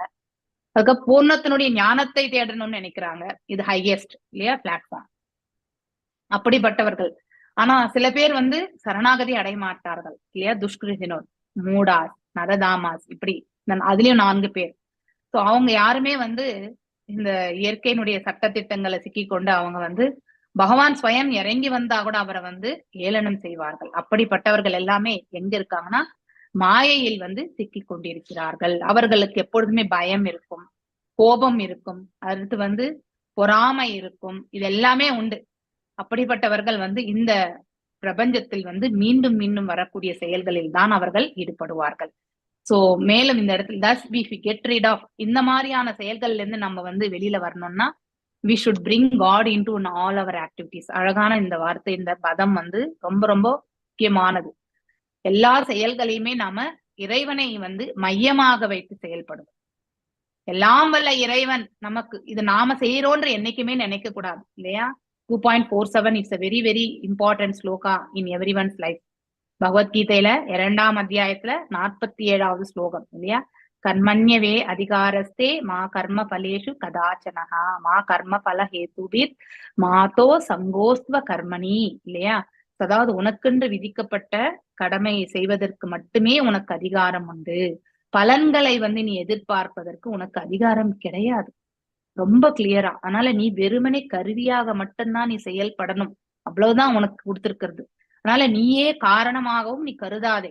இது எதுக்கு சொல்றாரு அர்ஜுனருக்கு, இந்த பாவ செயல்கள் இதெல்லாமே அவர் சொல்லும் பொழுது இல்லையா, இத்தனை பேரை கொல்ல போறேன் நானே, இதெல்லாம் அந்த பாவத்தெல்லாம் நான் எங்க போய் தொலைப்பேன் அப்படின்னு தானே அவர் கேட்பாரு. அதனால நீ செய்யல, it is your duty to do, அவ்வளவுதான். நீ ஒரு போர் வீரன் என்ற முறையில நீ செயல்படு, அவ்வளவுதான். அது ஒரு கடமையாக செய்யும் பட்சத்துல பலனை எதிர்பார்க்காமல் செய், அதுதான். You should not get attached to the fruits of the action. அவ்வாறு செய்யும் பொழுது நாம என்ன பண்றோம், கர்ம பந்தனத்திலிருந்து விடுபட முடியும். ஆனால் அதை நாம பலன்களை எதிர்பார்த்து செய்தோம் என்றால் கட்டுண்ட நிலையில் நாம மீண்டும் மீண்டும் வரணும். அதனால்தான் அந்த மாதிரி செயல்கள் நாம செயல்படும் போது இது எல்லாமே இறைவனுக்காக, இறைவன் நமக்கு கொடுத்திருக்கக்கூடிய வாய்ப்பு நமக்கு இல்லையா. அதனால அந்த வாய்ப்பை நாம ஏற்றுக்கொண்டு நம்ம செயல்படணும், அவ்வளவுதான். இன்னைக்கு நம்ம பிள்ளைங்க இருக்காங்க, அது நம்முடைய கடமை. பிள்ளைகளை காக்க வேண்டியது நம்ம கடமை, அவங்களுக்கு நல்லது ஒரு வாழ்க்கையை அமைத்து கொடுக்க வேண்டியது நம்ம கடமை இல்லையா? ஆனா எதிர்பார்த்தலோடு செய்யக்கூடாது. டியூட்டில வந்து எதிர்பார்ப்புகள் இருக்கக்கூடாது. So when it has become, நம்ம எப்படி நம்ம தாய் தந்தையை நம்மள வளர்த்தாங்களோ அது மாதிரி நம்மளும் வந்து நம்ம பிள்ளைகளே வளர்க்கணும், அவ்வளவுதான். So that is the duty இல்லையா? நமக்கு எஜுகேஷன் கொடுத்தாங்க, அதே மாதிரி அவங்களுக்கு நாம வந்து எஜுகேஷன் கொடுக்கணும். சோ அதுல எந்த ஒரு இதுவுமே கிடையாது, எதிர்பார்ப்புகளே இருக்கக்கூடாது. இறைவன் தந்திருக்கக்கூடிய நமக்கு கடமை, அதை நாம எடுத்துக்கணும். அதனாலதான் காட் சென்ட்ரிக்கா இருந்து நம்ம எல்லா செயல்களையும் செய்யும் பொழுது நமக்கு அந்த பலன்கள் மேல் இருக்கக்கூடிய பற்றுதல் என்பது கண்டிப்பா வந்து நமக்கு இருக்கவே இருக்காது. இதை நம்ம பயிற்சி செய்தா கண்டிப்பா வரக்கூடிய ஒன்றுதான். எப்ப நமக்கு பலனை எக்ஸ்பெக்டேஷன்ஸ் இல்லையா, டிசையர்ஸ் இதெல்லாம் இல்லாம ஒருத்தர்கிட்ட வந்து எதன் மீதாவது நம்ம வந்து ஏக்கமா இருக்கிறது, எதையாவது எதிர்பார்க்கிறது இல்லையா? அம்மா வந்து எனக்கு அக்கா சிஸ்டர்ஸ் இருக்காங்க ஒரு வீட்டுல, கண்டிப்பா இது நிகழக்கூடிய ஒரு சுச்சுவேஷன்ஸ் தான். அக்காவுக்கு ஏதாவது அம்மா கொடுத்துட்டா தங்கை ஐயோ அம்மா எனக்கு குடுக்கலையே அப்படின்னு நினைப்போம் இல்லையா? சோ அந்த மாதிரி ஒரு எதிர்பார்ப்புகளே இருக்கக்கூடாது. there may be some reason அம்மா அவளுக்கு கொடுத்திருப்பா இல்லையா? இப்ப வந்து கடவுளை வந்து நம்ம பார்க்கும்பொழுது ஒரு பக்தனுக்கு என்ன தேவையோ அது கண்டிப்பா பகவான் கொடுப்பார். அந்த பக்தனுக்கு கொடுத்ததே இந்த பக்தனுக்கு கொடுக்கணும்னு அவசியம் கிடையாது. அவரிடத்துல எது இல்லையோ அதை கண்டிப்பா கொடுப்பார், அவருக்கு எது தேவையோ அதை பார்த்து கொடுப்பார் இல்லையா? அதே போலதான் தாய் குடம். சோ பெரிய பொண்ணு கிட்ட வந்து என்ன இல்லையோ அவளுக்கு எது தேவையோ அதை பார்த்து தாய் கொடுத்திருப்பா. அந்த மாதிரி ஒரு கண்ணோட்டத்துலதான் நாம வந்து நோக்க வேண்டுமே ஒழிய எனக்கு கொடுத்தாங்க அவங்களுக்கு கொடுத்த, இது பௌதீக கண்ணோட்டம். எப்ப நாம அந்த பௌதீக கண்ணோட்டத்துல இருந்து நம்ம வெளியே வரலையோ அது வரைக்குமே நாம இந்த இடத்துலதான் நம்ம கண்டிப்பா மீண்டும் வருவோம் என்பது தட் இஸ் த கேரண்டி, உத்தரவாதம். The results of our activities must be used to serve the interest of the Lord இல்லையா? அந்த பலன்கள் எல்லாமே எத் கரோஷி எத் அத்னாஷி இல்லையா? 9.27 ஸ்லோகம். அர்ஜுனருக்கு வந்து பகவான் சொல்றார் எத் ஜிஹோஷி ததாசியர் இல்லையா? அதனால தத் அர்ப்பணம்னு சொல்றார் கடைசியில, எல்லாத்தையுமே எனக்கு அர்ப்பணமாக செய். நீ எதையெல்லாம் உண்கின்றாயோ, நீ எதையெல்லாம் படைக்கின்றாயோ, நீ எந்த தவங்களை எல்லாம் மேற்கொள்கின்றாயோ இல்லையா, அனைத்தையுமே எனக்கு நீ அர்ப்பணமாக செய்யன்னு சொல்றார். ஒவ்வொருத்தருமே நாம அந்த மாதிரிதான் செயல்படணும். சோ எப்ப நாம அந்த மாதிரி செயல்பட ஆரம்பிக்கிறோமோ, அடுத்த ஸ்லோகம் என்ன, இந்த இடத்துல ஆத்மபூதா என்று சொல்லியிருக்காங்க, அது வந்து பிரம்மபூதா இன் பகவத்கீதையில 18வது அத்தியாயத்துல 54. பிரம்மபூத பிரசன்னாத்மா நா சோஷதி நா காங்ஷதி அகம் சர்வ பூதேஷு மத் பக்தின் லபதே பராம் இல்லையா? அதாவது சோ ஒருவர் வந்து இந்த பிரம்மபூத நிலை, இந்த 3 குணங்களுக்கு அப்பாற்பட்ட நிலையில் வந்து நிலை கொள்ளும் பொழுது இல்லையா, சமாதி நிலையில் நிலை கொள்ளும் பொழுது, தன் உணர்வுல வந்து நிலை பெற்றிருக்கும் பொழுது அவர் எதற்காகவும் வந்து வருத்தப்படுவதும் நான் சோஷதி வருத்தம் கொள்வதும் லெமெண்டேஷன் வருத்தம் கொள்வது கிடையாது, நான் காங்ஷதி எதற்காகவும் ஆசை கொள்வதும் கிடையாது இல்லையா? அப்படின்னா எந்த ஒரு பலனுக்கும் அவர் வந்து ஆசை கொள்வது கிடையாது. ஒருவர் அந்த நிலையை அடையும் பொழுது பகவான் வந்து அவரிடத்தில் சேர்வதற்கான அந்த இது வந்து பாத்தீங்கன்னா அந்த வழி நடத்துதல் என்பது அவரே எடுத்துட்டு போறார் இல்லையா? அதனால அந்த பிரம்மபூத நிலையில் நாம் செல்லும் பொழுது பகவான் நமக்கு வழி நடத்துதல் உள்ளிருந்து நமக்கு வருகின்றது. மேலும் வந்து நாம வாழ்க்கையில வந்து முன்னேற்றமான ஒரு நிலைக்கு நாம கண்டிப்பாக செல்ல முடியும். அதாவது ஆன்மீக தளத்துல நமக்கு முன்னேற்ற பாதை என்பது உண்டு. மேலும் அந்த ஸ்லோகத்தை பார்க்கலாம் ஒரு முறை. 18th சாப்டர் ஃபுல்லா 54. பிரம்மபூதா பிரசன்னாத்மா நா சோஷதி நா காங்ஷதி. சோ எல்லாருமே ஒன்று போல பார்க்கக்கூடிய அந்த மனப்பக்குவம் இருக்கும் இல்லையா? அதாவது பியோர் டிவோட்டி உத்தம அதிகாரினுடைய மனப்பக்குவம் வரும். சோ அதனால one who is transcendentally situated realizes the supreme Brahman, அந்த ஸ்தலத்துல போகும்போது அவர் பேரானந்தத்தை அனுபவிக்கிறார். அவர்கள் வந்து எதற்கும் வந்து வருத்தப்படுவதும் கிடையாது, எதையும் ஆசை கொள்வதும் கிடையாது. Is equally dispose to everything. அது சம சர்வேஷு பூதேஷு, சம அப்படின்னா எல்லாரையும் சமமாக, சர்வேஷு அனைத்து, பூதேஷு உயிர் வாழிகளையும், சகம் சம சர்வேஷு பூதேஷுன்னு சொல்லிட்டாச்சு. அதாவது நம்ம சமமாக நோக்கக்கூடிய அத்தகைய பார்வையை வந்து நமக்கு கண்டிப்பாக கிடைக்கும். மத் பக்தி, அதாவது என் மீது பக்தி கொண்டு தூய பக்தி லபத்தே பராம், அதாவது so in that state he attains pure devotional service. எனக்கு அவன் வந்து தூய பக்தி செய்யக்கூடிய நிலையை அவன் வந்து அடைகின்றான். பகவான் வந்து இந்த இடத்துல ரொம்ப அழகா எடுத்துரைத்திருக்கிறார். அதனால நம்ம அந்த பரபிரம்மனை வந்து நம்ம வந்து கண்டிப்பாக, அதாவது இந்த பிரம்ம நிலையை உணரும் பொழுது அந்த பரபிரம்மத்தோட வந்து சம்பந்தத்தை நம்மளால ஏற்படுத்தி கொள்ள முடியும். அவ்வாறு நம்முடைய அந்த தொடர்பை ஏற்படுத்தி கொள்ளும் போது அப்பொழுது நிச்சயமாக நம்ம அவரை வந்து தரிசனம் பெறுவதற்கான வாய்ப்பை பெறுகின்றோம். ஒருவர் அந்த நிலையை வந்து அடைந்து விட்டால் இந்த உலக வாழ்க்கையில எது இருந்தாலும் அதன் மீது 1% கூட நாட்டமே இருக்காது அவங்களுக்கு. கண்டிப்பாக இருக்காது. ஏன்னா அவங்க அனுபவிக்கிறது பேரானந்தம். இங்க எல்லாமே அனுபவிக்கிறது வந்து சிற்றின்பம் தான். அது எதுவானா இருக்கட்டும். ஒரு சினிமாவுக்கு போறோம், பார்க்கு போறோம், பீச் போறோம், எல்லாமே வந்து it's a very very small enjoyment தான் இல்லையா? ஒரு ரிசார்ட்டுக்கு போயிட்டு வரோம். ஸோ எப்படி வீக்கெல்லாம் கஷ்டப்பட்டுட்டு வீக்கெண்ட்ல போயிட்டு ரிஜாய்ஸ் பண்ணிட்டு மீண்டும் வந்து அந்த பழைய சுச்சுவேஷன்ல தான் நம்ம வந்து ஆபீஸ் தொடங்கணும் இல்லையா? ஸோ நம்முடைய கஷ்டங்கள் என்னைக்கும் போகாது. எங்க நம்ம வந்து அதாவது நிறுத்தி வச்சிருந்தோமோ அங்க இருந்து மீண்டும் போய் நம்ம தொடர வேண்டியதுதான். ஸோ 2 நாள் ரிசார்ட்டுக்கு போயிட்டு வந்தா மட்டும் நமக்கு வந்து ரிலாக்ஸேஷன் ஆயிடுதான் என்ன? உள்ளுக்குள்ள ஒரு ஓரமா அந்த சுச்சுவேஷனை எப்படி எதிர்கொள்றது, எப்படி ஹேண்டில் பண்ணணும் அப்படின்ற அந்த மைண்ட் வந்து போயிட்டே தான் இருக்கும் இல்லையா? இட் வில் நாட் என்னென்ன இன்டென்ஸ் மேனா குறைஞ்சிருக்கலாம். ஏன்னா அங்க இருக்கக்கூடிய இதெல்லாமே டிஸ்ட்ராக்ஷனா இருக்கும் பொழுது இல்லையா? அதனால வந்து நம்ம அங்க இருக்கக்கூடிய வஸ்துக்களை வந்து நம்ம வந்து ஈடுபடும் பொழுது கண்டிப்பா அந்த திங்க் பண்ணக்கூடிய அந்த அளவு வந்து குறைஞ்சிருக்கலாம் ஒழிய முழுமையா நம்ம அந்த கஷ்டத்துல இருந்து வெளியே வந்திருக்கவே மாட்டோம். அதுதான் பௌதீக உலகத்தினுடைய இயற்கையே. So Parabrahman is as much as person இல்லையா? அவரும் வந்து ரூபம்தான், சச்சிதானந்த ரூபத்தை கொண்டவர். So neither lord or living entities are impersonal. நாமளும் வந்து இந்த ரூபத்தை கொண்டிருக்கிறோம். ஆத்மாவுக்கும் ரூபம் உண்டு இல்லையா? பரபிரம்மனுக்கும் வந்து அதாவது பரமாத்மாவுக்கும் அந்த ரூபம் உண்டு. சோ அதனால அவர் ரூபமற்றவர் கிடையாது என்பதை நாம அதுதான் இந்த டிரான்சென்டல் பிளிஸ், ஆனந்தம், சித், அதுக்கப்புறம் வந்து சத் என்பது நித்தியம் இல்லையா? அதாவது லைஃப் எட்டர்னல், அது உண்மை. அடுத்து வந்து சத் சித் ஆனந்தத்தை தான் இந்த இடத்துல வந்து சொல்லியிருக்கு. அதுதான் உண்மையான நிலை என்பது நாம கண்டிப்பா புரிஞ்சுக்கணும். ஹியர் அட்வன்ஸ் ஒருவர் அந்த நிலையை அடையும் பொழுது அப்படிப்பட்டவர்கள் மகாத்மாக்கள் ஆகிறார்கள். அவ்வாறு மகாத்மா துர்லப அப்படிங்கிறதையும் நாம படிச்சிருக்கோம் இல்லையா? So mahatmas are very very rarely achieved. So achieved only பற்பல பிறவிகள் ஆன பிறகுதான் நமக்கு அந்த மாதிரி ஒரு நிலையை வந்து ஒரு மகாத்மா வந்து அடைகின்றார். ஒரு முறை அடைந்து விட்டால் அவர் வந்து இந்த பிரபஞ்ச சுக துக்கங்களிலிருந்து அவர் வந்து விடுதலை பெற்றவர் ஆகிறார். மேலும் அவர் இந்த பிறப்பு இறப்பு இதுல வந்து மாட்டிக்கொள்வதே கிடையாது. அதாவது அதுல இருந்து விடுதலையும் அடைகிறார். இதுதான் இந்த ஈஷோ உபனிஷத் மந்திரத்தினுடைய விளக்கமாக இந்த இடத்துல வந்து சில பிரபுபாதர் அவர்கள் வந்து நமக்கு எடுத்துரைத்திருக்கிறார். ஸோ 8th ஸ்லோகம் பார்க்கலாமா நம்ம கொஞ்சம்? ஓகேவா? இன்னும் கொஞ்சம் இன்னொரு 1/2 an hour. Is that fine? பார்க்கலாம் மேடம், முடிச்சிடலாம். ஓகே. சா பர்யாக சுக்ரம் அகயாம் அவர்ணாம் அஷ்னாவீரம் சுத்தம் அபாபவித்தம் கவீர் மனிஷி பரிபூஹ ஸ்வயம்பூர் யதாத்யதோ அர்த்தான் व्यदादाय शाश्वावतिभ्या சமாபயாஹ. எஸ் சித்திரலேக மாதாஜி, நீங்க வாசிக்கணும்ன்றீங்களா? வாசிங்க. ஹரே கிருஷ்ணா. சபர்யகா சுக்ரம் ஆகாயம் அவர்ணம் அஸ்னாவீரம் சுத்தம் அபாவவித்தம் கவிர் மனிஷி பரிபூஹு ஸ்வயம்பூ யதாதத்யதோதான் சமாப்யஹ. இப்படிப்பட்ட ஒருவர் பரியகாத் உண்மையில் அறிய வேண்டும், சுக்ரம் சர்வ வல்லமை உள்ளவர், ஆகாயம் சரீரமற்றவர், அவர்ணம் குறையற்றவர்,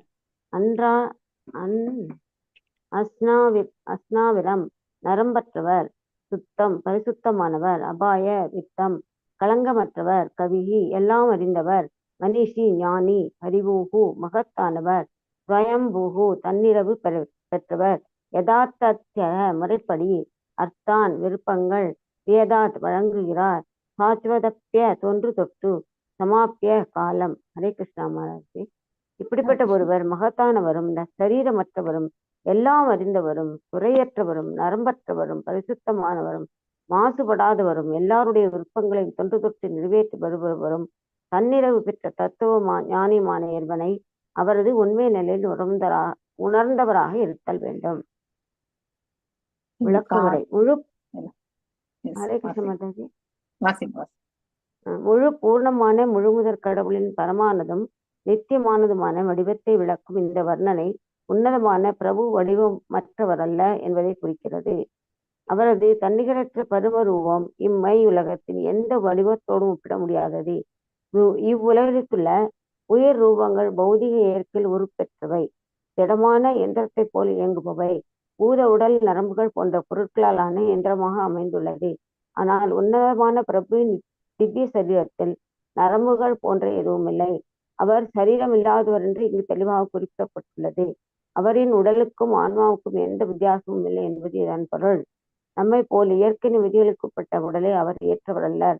பௌதிக உடல் பற்றிய கருத்துக்களின்படி ஆத்மாவானது ஜட உடல், நுண்மனம் ஆகியவற்றிலிருந்து வேறுபட்ட தன்மையுடையதாகும். ஆனால் உன்னதமான இறைவன் இத்தகு பாகுபடுத்தப்பட்ட ஏற்பாடுகளுக்கெல்லாம் அப்பாற்பட்டவர். அவரது உடலுக்கும் மனத்திற்கும் எவ்விதமான வேறுபாடும் இல்லை. அவர் முழு பூர்ணமானவர். அவரது மனமும் உடலும் அவரும் எல்லாம் ஒன்றே. ஹரே கிருஷ்ண. ஹரே கிருஷ்ண. ஹரே கிருஷ்ண மாதா. சா பர்யாகா சுக்ரம் அகாயம் அர அவ்ரணம் அஷ்ணாவீரம் சுத்தம் அபாபவித்தம். இதெல்லாமே குவாலிட்டிஸ், பகவானுடைய அதாவது தன்மைகள் அப்படிங்கறத வந்து நம்ம பார்க்கணும். அபாபவித்தியம் இல்லையா, அது ரொம்ப அழகான. சுத்தம், ஆன்டிசெப்டிக் இல்லையா. நம்ம எல்லாருமே ஏதாவது நாய் கடிச்சிட்டா கூட வந்து செப்டிக் ஆகக்கூடாது இல்லையா, ஒரு கத்தியில வெட்டியிருந்தா கூட செப்டிக் ஆகக்கூடாதுன்னு ஒரு ஆன்டிசெப்டிக் இன்ஜெக்ஷன் வேற நம்ம போட்டுக்கிறோம் இல்லையா. அவர் வந்து பரிசுத்தமானவர். மேலும் நமக்கு வந்து ரத்த நாளங்கள் எல்லாம் உண்டு நம்ம உடல்ல இல்லையா. இது கிராஸ் பாடி. நமக்கு வந்து தூலம், சூக்ஷ்மம், அதுக்கப்புறம் தான் ஆன்மா. பகவானுக்கு அப்படி கிடையாது. அவருடைய பரமாத்மாவும் உடலும் ஒன்றானதான். அவருக்கு நம்மள மாதிரி ரத்த நாளங்கள் எல்லாம் கிடையாது. அதனால்தான் நித்தியமான அந்த ரூபம் இருக்கக்கூடிய தன்மை. அந்த ரூபத்துல வந்து என்றைக்குமே மாற்றம் கிடையாது. ஆனா நமக்கு பிறக்கின்றோம், வளர்கின்றோம் இல்லையா. அதாவது யவ்வன ஏஜ், அதுக்கப்புறம் மிடில் ஏஜ், அதுக்கப்புறம் வயோதிகம் இல்லையா, மூப்பு, அதுக்கப்புறம் வந்து மரணம். அப்போ இந்த உடல் வந்து அழிவடைகின்றது. மேலும் வந்து இந்த ஆன்மா வந்து வெளியே செல்கின்றது. ஆனா அவருக்கு வந்து அதுதான் சைத்தன்ய மகாபிரபு அச்சிந்திய பேத அபேத தத்துவம் என்று எடுத்துரைத்திருக்கிறார் இல்லையா. அதாவது அளவிட முடியாத தன்மையில வந்து அச்சிந்தியா அப்படின்னா அளவிட முடியாத இல்லையா. பேதம் கண்டிப்பாக உண்டு. நாம வந்து அணு ஆத்மா, பகவான் வந்து விபு ஆத்மா, அந்த வேறுபாடு உண்டு. அபேதா தத்துவம், அபேதா மீன்ஸ் பேதமற்ற அப்படின்னா நமக்கும் பகவானுக்கும் காமனா இருக்கக்கூடிய ஒரே ஒரு குவாலிட்டி எது, அதாவது நித்திய தன்மை. ஆன்மா நித்தியமானது, பகவானும் நித்தியமானவர். அது ஒன்று மட்டும்தான் நமக்கு அவருக்கு காமன் அப்படின்னு சொல்றதுக்கு சைத்தன்ய மகாபிரபு ரொம்ப அற்புதமாக விளக்கியிருக்கிறார். அதனால யார் ஒருவர், அதாவது காலகாலமாக இது வந்து இந்த நிலை உண்டு. யார் ஒருவர் வந்து பகவானுடைய உண்மையான தன்மையை வந்து இவ்வாறெல்லாம் வந்து புரிந்து கொள்கிறார்கள். ஆம்னி பொட்டன்ட், ஆம்னிசியன்ட் இல்லையா. ஆம்னி பொட்டன்ட் அதாவது சர்வ வல்லமை படைத்தவர் அவர் இல்லையா. அனைத்தையுமே அறிந்தவர் தான் ஆம்னிசியன்ட் இல்லையா. அவருக்கு தெரியாதது எதுவுமே கிடையாது. நாம நினைக்கலாம் இல்லையா. இப்ப அம்மாவுக்கு வந்து 2 குழந்தைங்க இருக்காங்கன்னா அந்த 2 குழந்தைங்கள் வந்து எதையோ ஒண்ணு செய்யுதுன்னா இது அம்மாவுக்கு கண்டிப்பா தெரியாது அப்படின்னு நினைக்கலாம். ஆனா உண்மையிலே இந்த குழந்தைகள் அதுக்கு பெரிய நாலேஜ் கூட தேவையில்லை. அவங்க அந்த அதாவது அவங்களுடைய வெளிப்படுத்தக்கூடிய தன்மையை வச்சே இவங்க ஏதோ தப்பு பண்ணியிருக்காங்கன்னு ஈஸியா வந்து தாய் வந்து புரிந்து கொள்வார் இல்லையா. சோ இந்த பௌதீக கண்ணோட்டத்திலேயே அந்த அளவுக்கு சூக்ஷ்மத்தை வந்து பகவான் நமக்கு அதாவது புத்தியை வந்து கொடுத்திருக்காரு சூக்ஷ்மமான முறையில புரிஞ்சு கொள்றதுக்கு. அத்தகைய இதுலயே வந்து ஹையஸ்டா இருக்கிறவருக்கு எவ்வளவு இருக்கணும் இல்லையா. அதனால நாம நினைக்கலாம் கடவுளுக்கு எதுவுமே தெரியாது, கடவுளுக்கு கண்ணே கிடையாது இல்லையா, நமக்கு எப்பவுமே கஷ்டத்தை கொடுத்துட்டு இருக்கார், நாம மட்டும்தான் கஷ்டப்பட்டு இருக்கோம் அப்படின்னு நம்ம நிறைய பேர் பேசக்கூடியது உண்டு. எத்தனையோ பேர் வீட்டுல கடவுள் படத்துக்கு முன்னாடி இப்படி எல்லாம் பேசக்கூடியவங்களும் உண்டு. இல்லைன்னா டிஸ்கஸ் பண்ணும்போது அவர் அவர் அவர் வந்து என்ன கடவுள், அவர் வந்து இவ்வளவு கஷ்டப்பட்டு இருக்கோம், அவருக்கு கண்ணே தெரியல அப்படின்னு சொல்லக்கூடியவங்களுமே ஒருத்தருக்கு ஒருத்தர் வந்து பேசிக்கொள்ளக்கூடிய அந்த பௌதிக உரையாடல்ல நம்ம கண்டிப்பா கேட்டிருப்போம் இல்லையா. ஆனா இதுக்கெல்லாம் ஏன் இந்த மாதிரி அனுபவிக்கின்றோம் அப்படிங்கிற ஒரு கேள்வி என்பது அந்த உயிர் வாழிக்கு வந்திருந்தால் அதற்கான விடையை தேடி அந்த உயிர் வாழி சென்றிருப்பாங்க இல்லையா. ஆனா அவங்களுடைய எக்ஸ்பெக்டேஷன், எதிர்பார்ப்புகள் எல்லாமே இந்த பௌதீக திருப்தி மட்டும்தான் இருப்பதால் அங்கே ஆன்மீகத்திற்கு அங்கே வந்து அதாவது அதாவது பாத்தீங்கன்னாக்கா ஆன்மீகத்தின் தரப்பிலே அவருடைய கண்ணோட்டம் செல்லவே இல்லை. அது ஒரு மாயையால் வந்து மறைத்து வைக்கப்பட்டிருக்கிறது. ஆன்மீகம் என்பதே கிடையாது. எப்பவுமே நம்ம பௌதிகத்திலே இருந்தாக்கா பௌதிகத்தினுடைய குவாலிட்டிஸோட தான் நம்ம அபிவிருத்தி ஆகும் இல்லையா. அதே ஆன்மீகத்தினுடைய நம்ம செயல்படும் பொழுது ஆன்மீகத்தன்மையில தான் நம்ம வந்து அலசி ஆராயக்கூடிய பக்குவம் என்பது நமக்கு கிடைக்கும். அடுத்தவங்களை குறை சொல்லக்கூடிய அந்த மனதை விடுத்து நாம என்ன செய்ததால் இந்த நிலை அடைந்தோம் என்ற அந்த கேள்வியை கேட்கக்கூடிய தன்மையை நாம கண்டிப்பா அபிவிருத்தி செய்து கொள்வோம் இல்லையா? எது வரைக்கும் நமக்கு இந்த குவாலிட்டி வரலையோ அது வரைக்கும் நாம என்னதான் நம்ம வந்து பக்தி செய்துட்டே இருந்தாலும் அந்த பக்தி வந்து மேன்மையான பக்தி கிடையாது. அதுதான் உண்மை. நம்ம பக்தி ஆற்றுகின்றோம் என்று நம்ம சொல்லலாம், ஆனா உண்மையிலே அது பக்தி கிடையாது. சோ அதாவது அது எப்படி பக்தி கொள்ளணும்ன்ற தெரியாமலே நம்ம வந்து பக்தி செய்துன்றோம். ரியலைசேஷன் கண்டிப்பா இருக்கணும். ரியலைசேஷன் இல்லாத டிவோஷனல் சர்வீஸ் வந்து அந்த பக்தனுக்கு என்றைக்குமே மேன்மையான நிலையை வந்து கண்டிப்பாக வழங்காது. சோ இந்த இடத்துல பார்க்கும்பொழுது இந்த குவாலிட்டிஸ் எல்லாம் ஒரு முறை தமிழ்ல சொல்லுங்க மாதாஜி. அன்எம்பாடிட் அப்படின்னாக்கா உடலற்ற தன்மை அப்படின்றது கிடையாது, நம்மள மாதிரி பௌதிக உடல் கிடையாது. இப்படிப்பட்ட ஒருவர் மகத்தானவரும் சரீரமற்றவரும் சரீரமற்றவர். ஒரு நிமிஷம். சரீரமற்றவர் அப்படிங்கிறது வந்து இந்த சரீரமற்றவர் என்பது நம்ம பௌதிக சரீரமற்றவர் என்று பொருள். எல்லாத்தையுமே இந்த இடத்துல மெட்டீரியலிஸ்டிக் பாயிண்ட் ஆஃப் வியூல இருந்து நம்ம பாக்குறோம். பகவான் சரீரமற்றவர் அப்படின்னு நம்ம ஒரு காமனான கண்ணோட்டத்துல இருந்து பார்க்க கூடாது இல்லையா? அப்ப அது அரூபம் நிராகாரம் அப்படின்ன ரூபம் அப்படின்னு நினைச்சுக்குவாங்க இல்லையா? அது தவறு. அதாவது சரீரமற்றவர் என்பது with respect to the materialistic perspective. நமக்கு எல்லாமே பௌதிக உடல் உண்டு இல்லையா? இந்த 24 பண்புகளால் ஆன இந்த உடல் உண்டு நமக்கு இல்லையா? பகவானுக்கு அப்படி கிடையாது அப்படிங்கிறது அந்த கண்ணோட்டம். அதுதான் உண்மையான அதனுடைய தாத்பரியமே. ஓகே, டிரான்ஸ்லேஷன் அது சில இடங்கள்ல வந்து தமிழ் டிரான்ஸ்லேஷன் வந்து சில இடத்துல வந்து நுண்ணமா கொடுக்கல, சில இடத்துல வந்து ரொம்ப அழகா கொடுத்துருப்பாங்க. சோ எல்லா டிரான்ஸ்லேஷனுமே ஒருத்தர் பண்ணியிருக்க மாட்டாங்க கண்டிப்பா. ஸோ ஒரு பாகம் ஒருத்தர் பண்ணியிருப்பாங்க, அதுல சில தவறுகளும் இருக்கலாம். அப்படின்னா டிரான்ஸ்லேஷன் பண்றதுல, not in the concept. Okay, so omniscient அப்படின்னும் போது சர்வ அதாவது அனைத்தும் அறிந்தவர் இல்லையா? ஆம்னிசியன்ட் இல்லையா? Beyond reproach. வாசிங்க மாதாஜி. இப்படிப்பட்ட ஒருவர் மகத்தானவரும் சரீரமற்றவரும் எல்லாம் அறிந்தவரும் குறையற்றவரும் நரம்பற்றவரும் பரிசுத்தமானவரும். குறையற்றவர், பியாண்ட் ரிப்ரோச் இல்லையா? அதாவது பாத்தீங்கன்னாக்கா அவ்ரணம் அப்படின்னாக்கா அதாவது நம்ம வந்து குறையற்றவர். நாம் எல்லாரும் குறைகளோடு இருப்பவர்கள் தான். நமக்கு 4 குறைகள் உண்டு. மாயையில் சிக்கிக் கொள்பவர்கள் இல்லையா? அடுத்து வந்து நம்ம தவறு இழைப்பவர்கள் இல்லையா? புலன்கள் குறையுடைய புலன்கள் இல்லையா? அதுக்கப்புறம் வந்து நம்ம ஏமாற்றக்கூடிய குணத்தை கொண்டவர்கள். இந்த 4 குறைகளோடு உழல்பவர்கள் தான் இந்த பௌதிக உடலை ஏற்றிருக்கக்கூடிய நாம. ஆனா பகவான் அப்படி கிடையாது அப்படிங்கிறதையும் நாம குறைவற்றவர் அந்த இடத்துலயே நம்ம ரொம்ப ரொம்ப அழகா புரிஞ்சுக்கணும். இஸ் எ டிஃபெக்டே கிடையாது அவர்கிட்ட, எந்த ஒரு தவறுமே கிடையாது அப்படிங்கறத வந்து நாம 100% பெர்ஃபெக்ட் அப்படிங்கறது வந்து அவருக்கு தான் நம்ம கொடுக்க முடியும். வித்தவுட் வெயின்ஸ், நாளங்கள் அற்றவர் அப்படின்னா அவருக்கு நம்மள மாதிரி வந்து ரத்த நாளங்கள் எல்லாம் கிடையாது அப்படின்னா இது பௌதிக உடலுக்கு மட்டும்தான் இந்த மாதிரியான ஏற்பாடு என்பதை நாம கண்டிப்பா புரிந்து கொள்ள வேண்டும். பியோர், தூய்மையானவர். அன்கண்டாமினேட்டட் அப்படின்னா கலங்கமற்றவர் இல்லையா? And self sufficient philosopher. தத்துவவாதியிலுமே வந்து அவர் தான் ஹையஸ்ட். நம்ம அந்த 6 விதமான வைபவங்கள்ல கூட பாத்தீங்கன்னா ஞானத்திலே அவர் தான் வந்து ஹையஸ்டா இருக்காரு அப்படிங்கிறதையும் நாம படிச்சிருக்கோம். சோ இதெல்லாம் வந்து நம்ம ஒருத்தர் யார் அவருடைய இந்த நிலையை புரிந்து கொள்கிறார்களோ அவர் தான் he knows the greatest of all. அவர் தான் இருக்கக்கூடிய உயர்வான, எல்லாவற்றிலுமே உயர்வா இருக்கக்கூடிய அந்த எல்லாம் வல்ல இறைவனை பற்றி அறிந்தவர் என்று எடுத்துரைக்கப்படுகிறது. அதுதான் இந்த ஸ்லோகத்தினுடைய மீனிங். ஓகே, சோ இந்த ஒரு பேராகிராஃப் நம்ம பார்க்கலாம். So description. Here is a description of the transcendental and eternal form. அதாவது இந்த டிஸ்கிரிப்ஷன் இந்த எடுத்துரைத்திருக்க எல்லாமே மீனிங்ஸ் எல்லாமே இல்லையா? ஆம்னிசியன்ட், ஆம்னிபோட்டன்ட் இல்லையா? சர்வ வல்லமை, அனைத்தும் அறிந்தவர் இல்லையா? கலங்கங்கள் அற்றவர். அடுத்து வந்து தவறுகளுக்கெல்லாம் தவறே அற்றவர் இல்லையா?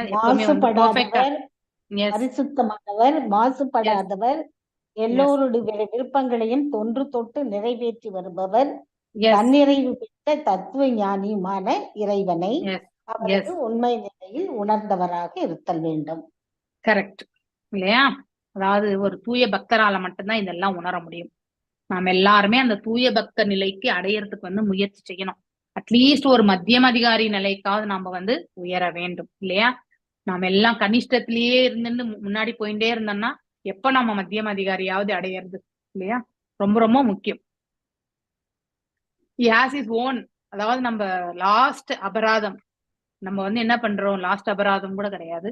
நம்ம எல்லாமே தெரிஞ்சிருந்தாலும் நம்ம செய்ய வேண்டிய செயல்கள் செய்து கொண்டேதான் இருக்கணும் இல்லையா?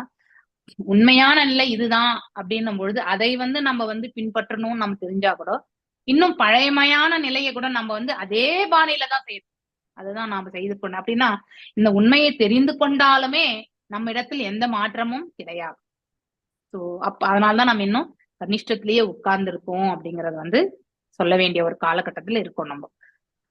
It applies to every one. எல்லாருக்குமே இது பொருந்தும். ஒரு முறம் நம்ம கேட்டுனே இருக்கோம், அந்த சிரவணம் போயிட்டே தான் இருக்கு. ஆனா எவ்வளவு அதை நம்ம வாழ்க்கையில வந்து ஃபாலோ பண்றோம்ன்றதுதான் ரொம்ப முக்கியம். we need to follow what we hear and what we preach also. Preach பண்ற ப்ரீச்சருக்கு வந்து இதுதான் மெயினா பிரபுபாதர் சொல்லியிருக்கிறதே. குட், அதாவது ஒரு டீச்சர் வந்து எப்படி இருக்கணும்னா அடுத்தவங்களுக்கு மட்டும் உபதேசம் பண்ணக்கூடாது, அவங்களும் அதை வந்து ஃபாலோ பண்ணணும். Then he is the perfect teacher இல்லையா? ஊருக்கு மட்டும் நம்ம உபதேசம் செய்யக்கூடாது, நாமளும் அதை வந்து கண்டிப்பா பரிபாலிக்கணும். அதே மாதிரி கேட்பவர்களும் கேட்டுட்டு இந்த காதுல வாங்கி இந்த காதுல விட்டுறக்கூடாது. அதை வந்து கண்டிப்பா எவ்வளவு நம்மளால முடியுமோ அவ்வளவு நம்ம வந்து கண்டிப்பா ஃபாலோ பண்ணணும். தென் ஒன்லி நீங்க கேட்டதனுடைய பலனும் உங்களுக்கு வந்து அதாவது அதனுடைய பலனே உங்களுக்கு அப்பதான் உங்களுக்கு வந்து தெரிய வரும். இது வரைக்கும் கேட்டுண்டே இப்படி விட்டுண்டே போயிட்டே இருந்தாக்கா கண்டிப்பா அதை நீங்க வாழ்க்கையில உபயோகப்படுத்தவில்லை என்றால் அதனுடைய மகத்துவத்தை உங்களால புரிந்து கொள்ள முடியாது. ஸோ ப்ரீச் பண்றவங்களுக்கும் ரியலைசேஷன் வரணும்னா கண்டிப்பா they should follow what they preach. That is very important இல்லையா? கோபம் வரக்கூடாது அப்படின்னு சொல்லிட்டு நம்ம ப்ரீச் பண்ணிட்டே இருந்தாக்கா அடுத்த 10 நிமிஷம் கழிச்சு கிளாஸ் முடிஞ்ச பிறகு ஒரு ஸ்டூடெண்ட்டை கூப்பிட்டு கத்தி விட்டாக்கா அப்புறம் நம்ம ப்ரீச் பண்ணதுக்கும் அந்த அதாவது நம்ம வெளிப்படுத்தக்கூடிய சுபாவத்திற்கும் எந்த ஒரு வித்தியாசமும் அதாவது இட் இஸ் நாட் இம்ப்ளிமெண்டட். அப்படிப்பட்ட அந்த ஸ்பீச் வந்து என்றைக்குமே வந்து மேன்மையானதாக இருக்காது இல்லையா? நல்ல ஒரு உத்தம நிலையை அடையாது. ஸோ அப்படிப்பட்ட ப்ரீச்சரும் வந்து இந்த பக்தி பாதையில வந்து முன்னேற்றமாக செல்லவே முடியாது. அதனால நாம என்றைக்குமே எதை அடுத்தவர்களுக்கு நம்ம ஆன்மீக தளத்தில் இது ரொம்ப ரொம்ப முக்கியம். ஒருத்தர் வந்து ஒரு நல்ல டீச்சரா வந்து ஆன்மீகத்துல வந்து முன்னேற்றம் அடையணும்னா முதல்ல நாம நம்ம கிட்ட இருக்கக்கூடிய குறைகளை நாம சரிப்படுத்தி கொள்ளணும். நம்ம எல்லாருமே குறையுடையவர்கள் தான். அதனால நம்ம அடுத்தவங்களை வந்து இவங்கதான் ரொம்ப குறை, நம்ம வந்து நிறைய குறை கிடையாது அப்படின்லாம் நம்ம வேறுபடுத்தி காட்ட முடியாது. ஸோ எல்லார்கிட்டயுமே இருக்கக்கூடிய குறைபாடுகள் கண்டிப்பாக குறைபாடுகள் உண்டு. குறைபாடுகளுடைய அளவுதான் வேறுபட்டு இருக்கும், அவ்வளவுதான். ஆனா என்ன குறைபாடு இருந்தாலும் அதை கண்டிப்பாக அதுல இருந்து வெளியே வரணும்ன்ற முயற்சி வந்து அந்த உயிர் வாழி செய்யணும். அப்பதான் அவர் சொல்லக்கூடிய அந்த வாக்கு கூட வந்து மேன்மையானதாக அமையும். இது எல்லாமே பிரபுபாதருடைய கருத்துக்கள் ஆக்சுவலி. ஓகே, அதனால்தான் you should follow what you preach அப்படிதான் வந்து பிரபுபாதர் சொல்லியிருக்கார். அதனால நம்ம 100% நம்மளால ஃபாலோ பண்ண முடியலன்னாலும் ஓரளவுக்காவது நம்ம வந்து ஃபாலோ பண்ணணும்ன்ற அந்த உறுதியை நம்ம எடுத்துக்கணும். அப்பதான் பகவான் சர்வ வல்லமை படைத்தவர் என்பதை நம்மளால உணர முடியும், அனைத்தையுமே அறிந்தவர் என்பதையும் நம்மளால உணர முடியும் இல்லையா? அதுக்கு அடுத்து வந்து தூய்மையானவர் இல்லையா, நித்தியமானவர், கலங்கமற்றவர், அதாவது அனைத்துமே வந்து அறிந்தவர், அனைத்து தத்துவங்களுக்குமே அவர்தான் வந்து முதன்மை. அடுத்து எல்லாருடைய தேவைகளையுமே பூர்த்தி செய்பவரும் அவர்தான் இல்லையா? இப்படி இது எல்லாத்தையுமே நாம இந்த வார்த்தைகள் எல்லாமே நம்ம படிக்கும் பொழுது உண்மையிலே அது கரெக்ட் தான் அப்படிங்கிறதுக்கு உணர்றதுக்கான பக்குவம் நம்ம கிட்ட கண்டிப்பா வரணும். அப்பதான் அதாவது நம்ம கேட்டதனுடைய அந்த பலனை வந்து நம்மளால புரிந்து கொள்ள முடியும், அதாவது உணர முடியும். இல்லை என்றால் புக்ல வாசிக்கிறோம், எப்படி நம்ம வந்து 10th ஸ்டாண்டர்ட் 12th ஸ்டாண்டர்ட் ஒரு டிகிரி வாசிச்சோமோ அந்த மாதிரி ஒரு நிலை தான் ஏற்படும். ஸோ 10th படிச்சது 12th கேட்டா நமக்கு தெரியாது, ஓரளவுக்கு தான் ஞாபகம் படுத்தி இல்லையா? அதே போலதான் ஸோ ஏட்டுக்கல்வி படிச்ச மாதிரி ஆயிடும். அதாவது பிலாசபி மாத்திரம், அதாவது ஸ்பிரிச்சுவாலிட்டி மாத்திரம் நம்ம வந்து எவ்வளவு கேட்கிறோம், எவ்வளவு அதை நம்ம உபயோகப்படுத்தணும், எவ்வளவு பிராக்டிஸ் பண்றோம், அதுதான் ரொம்ப முக்கியம். பிராக்டிஸ் பண்ணதான் நமக்கு அந்த பக்குவம் என்பது வரும். ஓகே, ஸோ இந்த இடத்துல வந்து the forms of living entities in this world are embodied. அதான் அந்த விளக்கி இருக்காங்க, கரெக்ட், இங்கே கொடுத்துருக்காங்க. ஸோ அன்எம்பாடிட்னா நம்ம தப்பா எடுத்துக்க கூடாது. அப்படின்னா அன்எம்பாடிட் இன் த மெட்டீரியல் நேச்சர். ஓகே, அதாவது பௌதீக இயற்கையின் கீழே பார்க்கும்பொழுது பகவான் வந்து பௌதீக தேகத்தை உடையவர் கிடையாது, அவரது வந்து ஆன்மீக தேகத்தை கொண்டவர் என்பதை நாம புரிந்து கொள்ள வேண்டும். நமக்கு எல்லாமே பௌதீக தேகம்தான், நம்ம 24 பண்புகள். ஆனா பகவான் இடமிருந்து அந்த 8 ஜடசக்திகளுமே பிரிந்து வந்ததுதான் இல்லையா? அந்த 8மே வந்து அவர்கிட்ட இருந்து பிரிந்து வந்தது. அப்படி இருக்கும்போது அந்த பௌதீகத்திற்கும் அவருக்கும் சம்பந்தம் கிடையாது என்பதை 7th chapter 8th chapter 9th சாப்டர்லயும் வந்து சொல்றார். சோ இந்த பகவத்கீதையில இதெல்லாம் நாம படிச்சுட்டு தான் வரோம். அதனால தே work like any material machine தான் நாம் எல்லாருமே. பௌதிக இயற்கையில நம்ம ஒரு மிஷின் மாதிரி தான் வேலை செய்யறோம் இல்லையா? The anatomy of the material body must have mechanical construction with veins and so forth. But the transcendental body of the Supreme has nothing like veins. I think நம்ம பக்தி சாஸ்திரியில சங்கீதா மாதாஜி இருக்காங்க. ஐ திங்க் வேற யாராவது டாக்டர்ஸ் இருக்காங்களா? She is anatomy professor also, Sangeetha Mataji. அவங்களுக்கு நல்லா தெரியும் இது. கிளாஸ் இருக்காங்களான்னு எனக்கு தெரியல. So the anatomy of the material body must have mechanical construction இல்லையா? எல்லாமே வந்து ஒரு வெயின்ஸ் இந்த இதுலதான் இப்படிதான் இருக்கணும். இந்த பாடி எலும்பு, அதுக்கப்புறம் வந்து சதை, அடுத்து வந்து உள்ள இருக்கக்கூடிய நாடி எல்லாமே வந்து இப்படிதான் இருக்கணும்ன்றது வந்து கண்டிப்பா இந்த பௌதிக பண்புகள் அடிப்படையில இப்படிதான் இருக்கும். கன்ஸ்ட்ரக்ஷன் உண்டு இல்லையா? அப்படிதான் இந்த உடலே ஆகிருக்கு இல்லையா? ஒரு பக்கம் லெஃப்ட் சைடு வந்து சென்ஸ்லெஸ் ஆன பிறகு பாத்தீங்கன்னாக்கா நம்ம வந்து ஸ்ட்ரோக் ஆயிட்டு நம்ம படுத்துறோம் இல்லையா? என்ன அந்த வெயின்ஸ் எல்லாம் வேலை செய்யாது இல்லையா அந்த சமயத்துல வந்து. சோ அதனால இந்த கையை கூட வந்து பாத்தீங்கன்னாக்கா இந்த கையை பிடிச்சி இப்படி எடுத்து வைக்க வேண்டிய ஒரு சுச்சுவேஷன் தான் இருக்கும் லெஃப்ட் சைடு வரும்போது இல்லையா? ஸ்ட்ரோக் ஆனவங்களுக்கு. சோ அப்படி இந்த நரநாடிகள்ல தான் நம்ம எல்லாருமே இயங்கின்னு இருக்கோம். ஆனா பகவானுக்கு அப்படி கிடையாது. அவருக்கு இந்த மாதிரி எல்லாம் வெயின்ஸ் எல்லாம் எதுவுமே கிடையாது. நரநாடிகள் எல்லாம் எதுவுமே கிடையாது. அதனாலதான் அவருக்கு இந்த பௌதீக உடல் கிடையாது என்பதை நாம ஒரே ஒரு கருத்து என்ன, he is not having the material body அப்படிங்கறத வந்து நாம புரிஞ்சுக்கணும். which means that there is no difference between his body and soul. அவர் உடலுக்கும் ஆன்மாவுக்கும் எந்த வித்தியாசமும் கிடையாது. அதுதான் அபேதம் என்று பொருள். அதுதான் அத்வைதம். பிரம்மரும் பிரம்ம சமயத்துல வந்து சொல்றார், அத்வைதம் அனந்தம் ரூபம் என்று சொல்கின்றார் இல்லையா? அத்வைதா என்பது ஒன்று, அவருடைய ஆன்மாவும் உடலும் ஒன்றானது என்று பொருள். So it is clearly stated that he is unembodied, which means that there is no difference between his body and soul, nor he is forced to accept the body according to the laws of nature. நமக்கு தான் இந்த பௌதீக இயற்கையினுடைய சட்டதிட்டங்களுக்கு நாம் கட்டுப்பட்டவர்கள். பகவான் அப்படி கிடையாது. அவர் ஸ்வராத் இல்லையா? சுதந்திரமானவர். நாம் எல்லாருமே பௌதீகத்துல வந்து கட்டுண்ட நிலையில் இருப்பவர்கள். பகவான் அப்படி கிடையாது. The soul is different from the gross embodiment. இந்த ஆத்மா இந்த ஸ்தூலம் மற்றும் சூக்ஷ்மத்துல இருந்து வேறுபட்டது. ஆனால் பகவானுக்கு அப்படி கிடையாது. அப்படிப்பட்ட வேறுபாடு கிடையாது. அவருக்கு மனது, உடல் இந்த எல்லாமே வந்து வேறுபாடு கிடையாது. எல்லாம் ஒன்றானது என்பதை இஸ் கம்ப்ளீட் ஹோல் இல்லையா? ஓம் பூர்ணமதா பூர்ணமிதம் இல்லையா? அதையும் நம்ம படிச்சிருக்கோம் நம்ம. சோ அவர் முழுமையானவர். அவர்ல இருந்து தோன்றியவர்கள் நாம் எல்லாருமே முழுமையானவர்கள் தான். சோ இவ்வாறாக எல்லாம் படைத்த பிறகு கூட பகவான் வந்து பாத்தீங்கன்னாக்கா இன்னும் முழுமையாகத்தான் இருக்கிறார். இஸ் ஆல்வேஸ், எல்லாமே வந்து படைத்த பிறகு கூட வந்து is always a complete whole. ஓம் பூர்ணமதா பூர்ணமிதம் உதச்சது இல்லையா? பூர்ணஷ்ய பூர்ணமாதாய. அதையும் நம்ம ஃபர்ஸ்ட் ஈஷோ உபநிஷத்துல இதுதான் நம்ம படிக்கிறோம் இல்லையா? ஸோ இன்வோகேஷன் பிரேயரா அதை படிக்கிறோம். So his mind, body and himself are all one and the same. ஈஷாவாஷ்யத்துல வந்து படிக்கக்கூடிய ஸ்லோகம் அதுதான். நான் இன்றைக்கு இதோட நிறுத்துறேன். ஸோ அடுத்த வாரம் கிளாஸ்ல நம்ம பார்க்கலாம். Monday class will continue. Okay, Monday வந்து டெஸ்ட் எழுதின பிறகு அப்படியே continuation of the class. Okay, Hare Krishna. ஏதாவது டவுட்ஸ் இருக்கா? No more changes in the exams. Next டைம்ல இருந்து there will not be postponement. We have to close this maybe by maximum by April. We have to complete this பக்தி சாஸ்திரி. இதெல்லாம் முடிச்சிட்டோம்னா நீங்க mostly இது வரும்பொழுது initiation எப்பன்னு எனக்கு தெரியாது. பட் பக்தி சாஸ்திரி அட்லீஸ்ட் சர்டிபிகேட்ஸ் நீங்க குரு மகாராஜ் கையில இருந்து வாங்குறதுக்கான ஆப்ஷன் வந்து நிறையவே உண்டு.